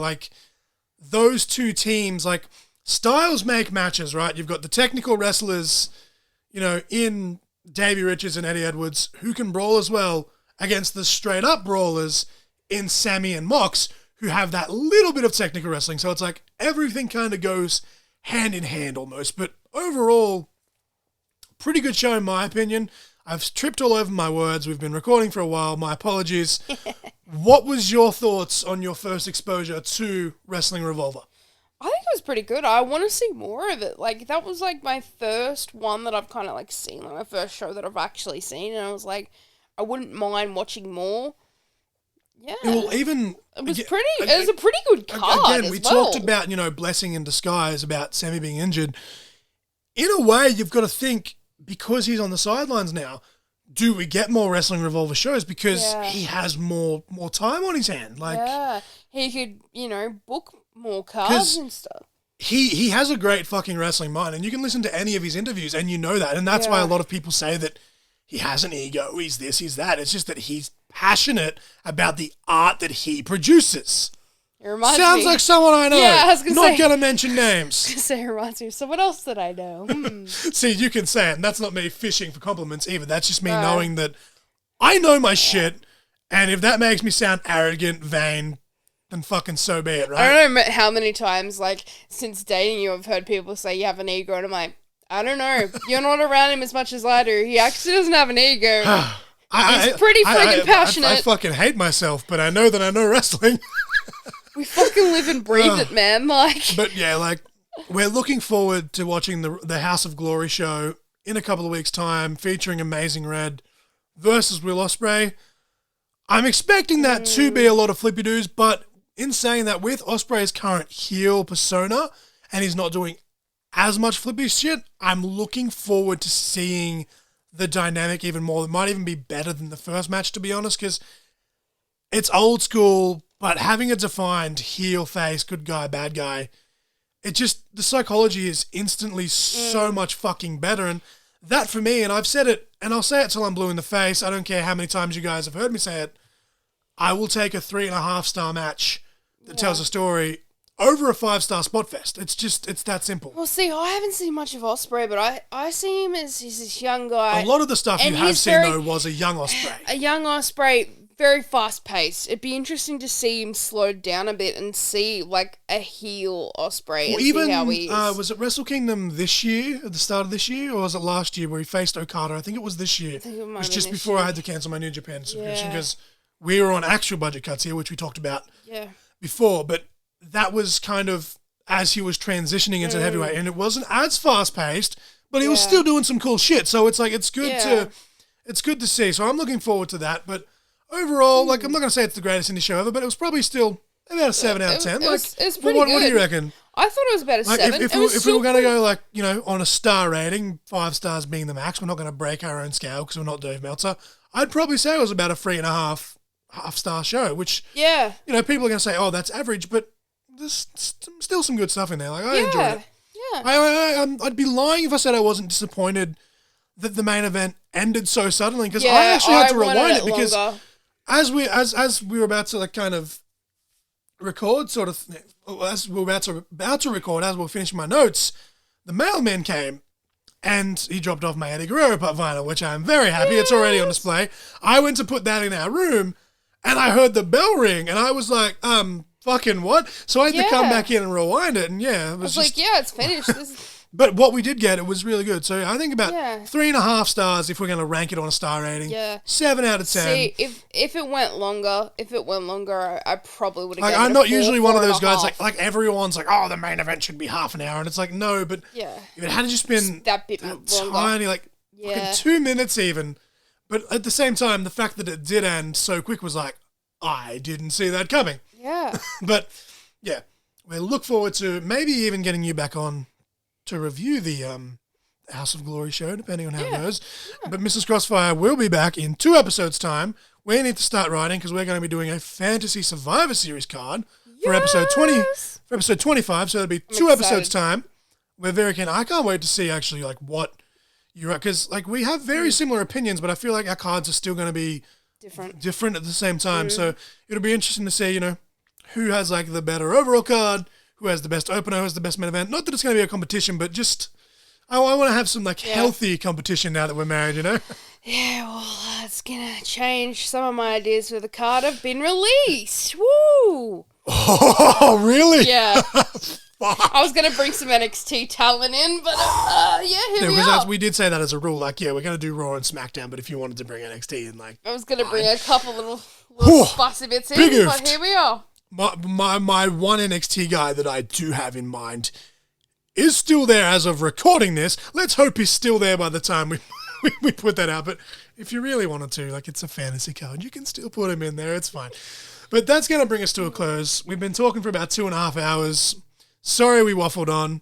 Sorry that I've kept you this long, my lovely wife. But we like just talking shit, and we just happened to put a microphone in front of us. Just riffing off each other as usual. But that will bring us to a close. Don't forget, all the links are in the link tree below. Those include all my social medias and my pro wrestling tee store. Buy a shirt so I can buy myself and my wife tacos. The match of the week was AJ Styles versus Christopher Daniels versus Samoa Joe at TNA Unbreakable 2005. The song of the week is Forever After All by Luke Combs. For me and my beautiful wife, I am the essential John L. Crossfire, and you were just caught in conversation. Boom! Bye, guys.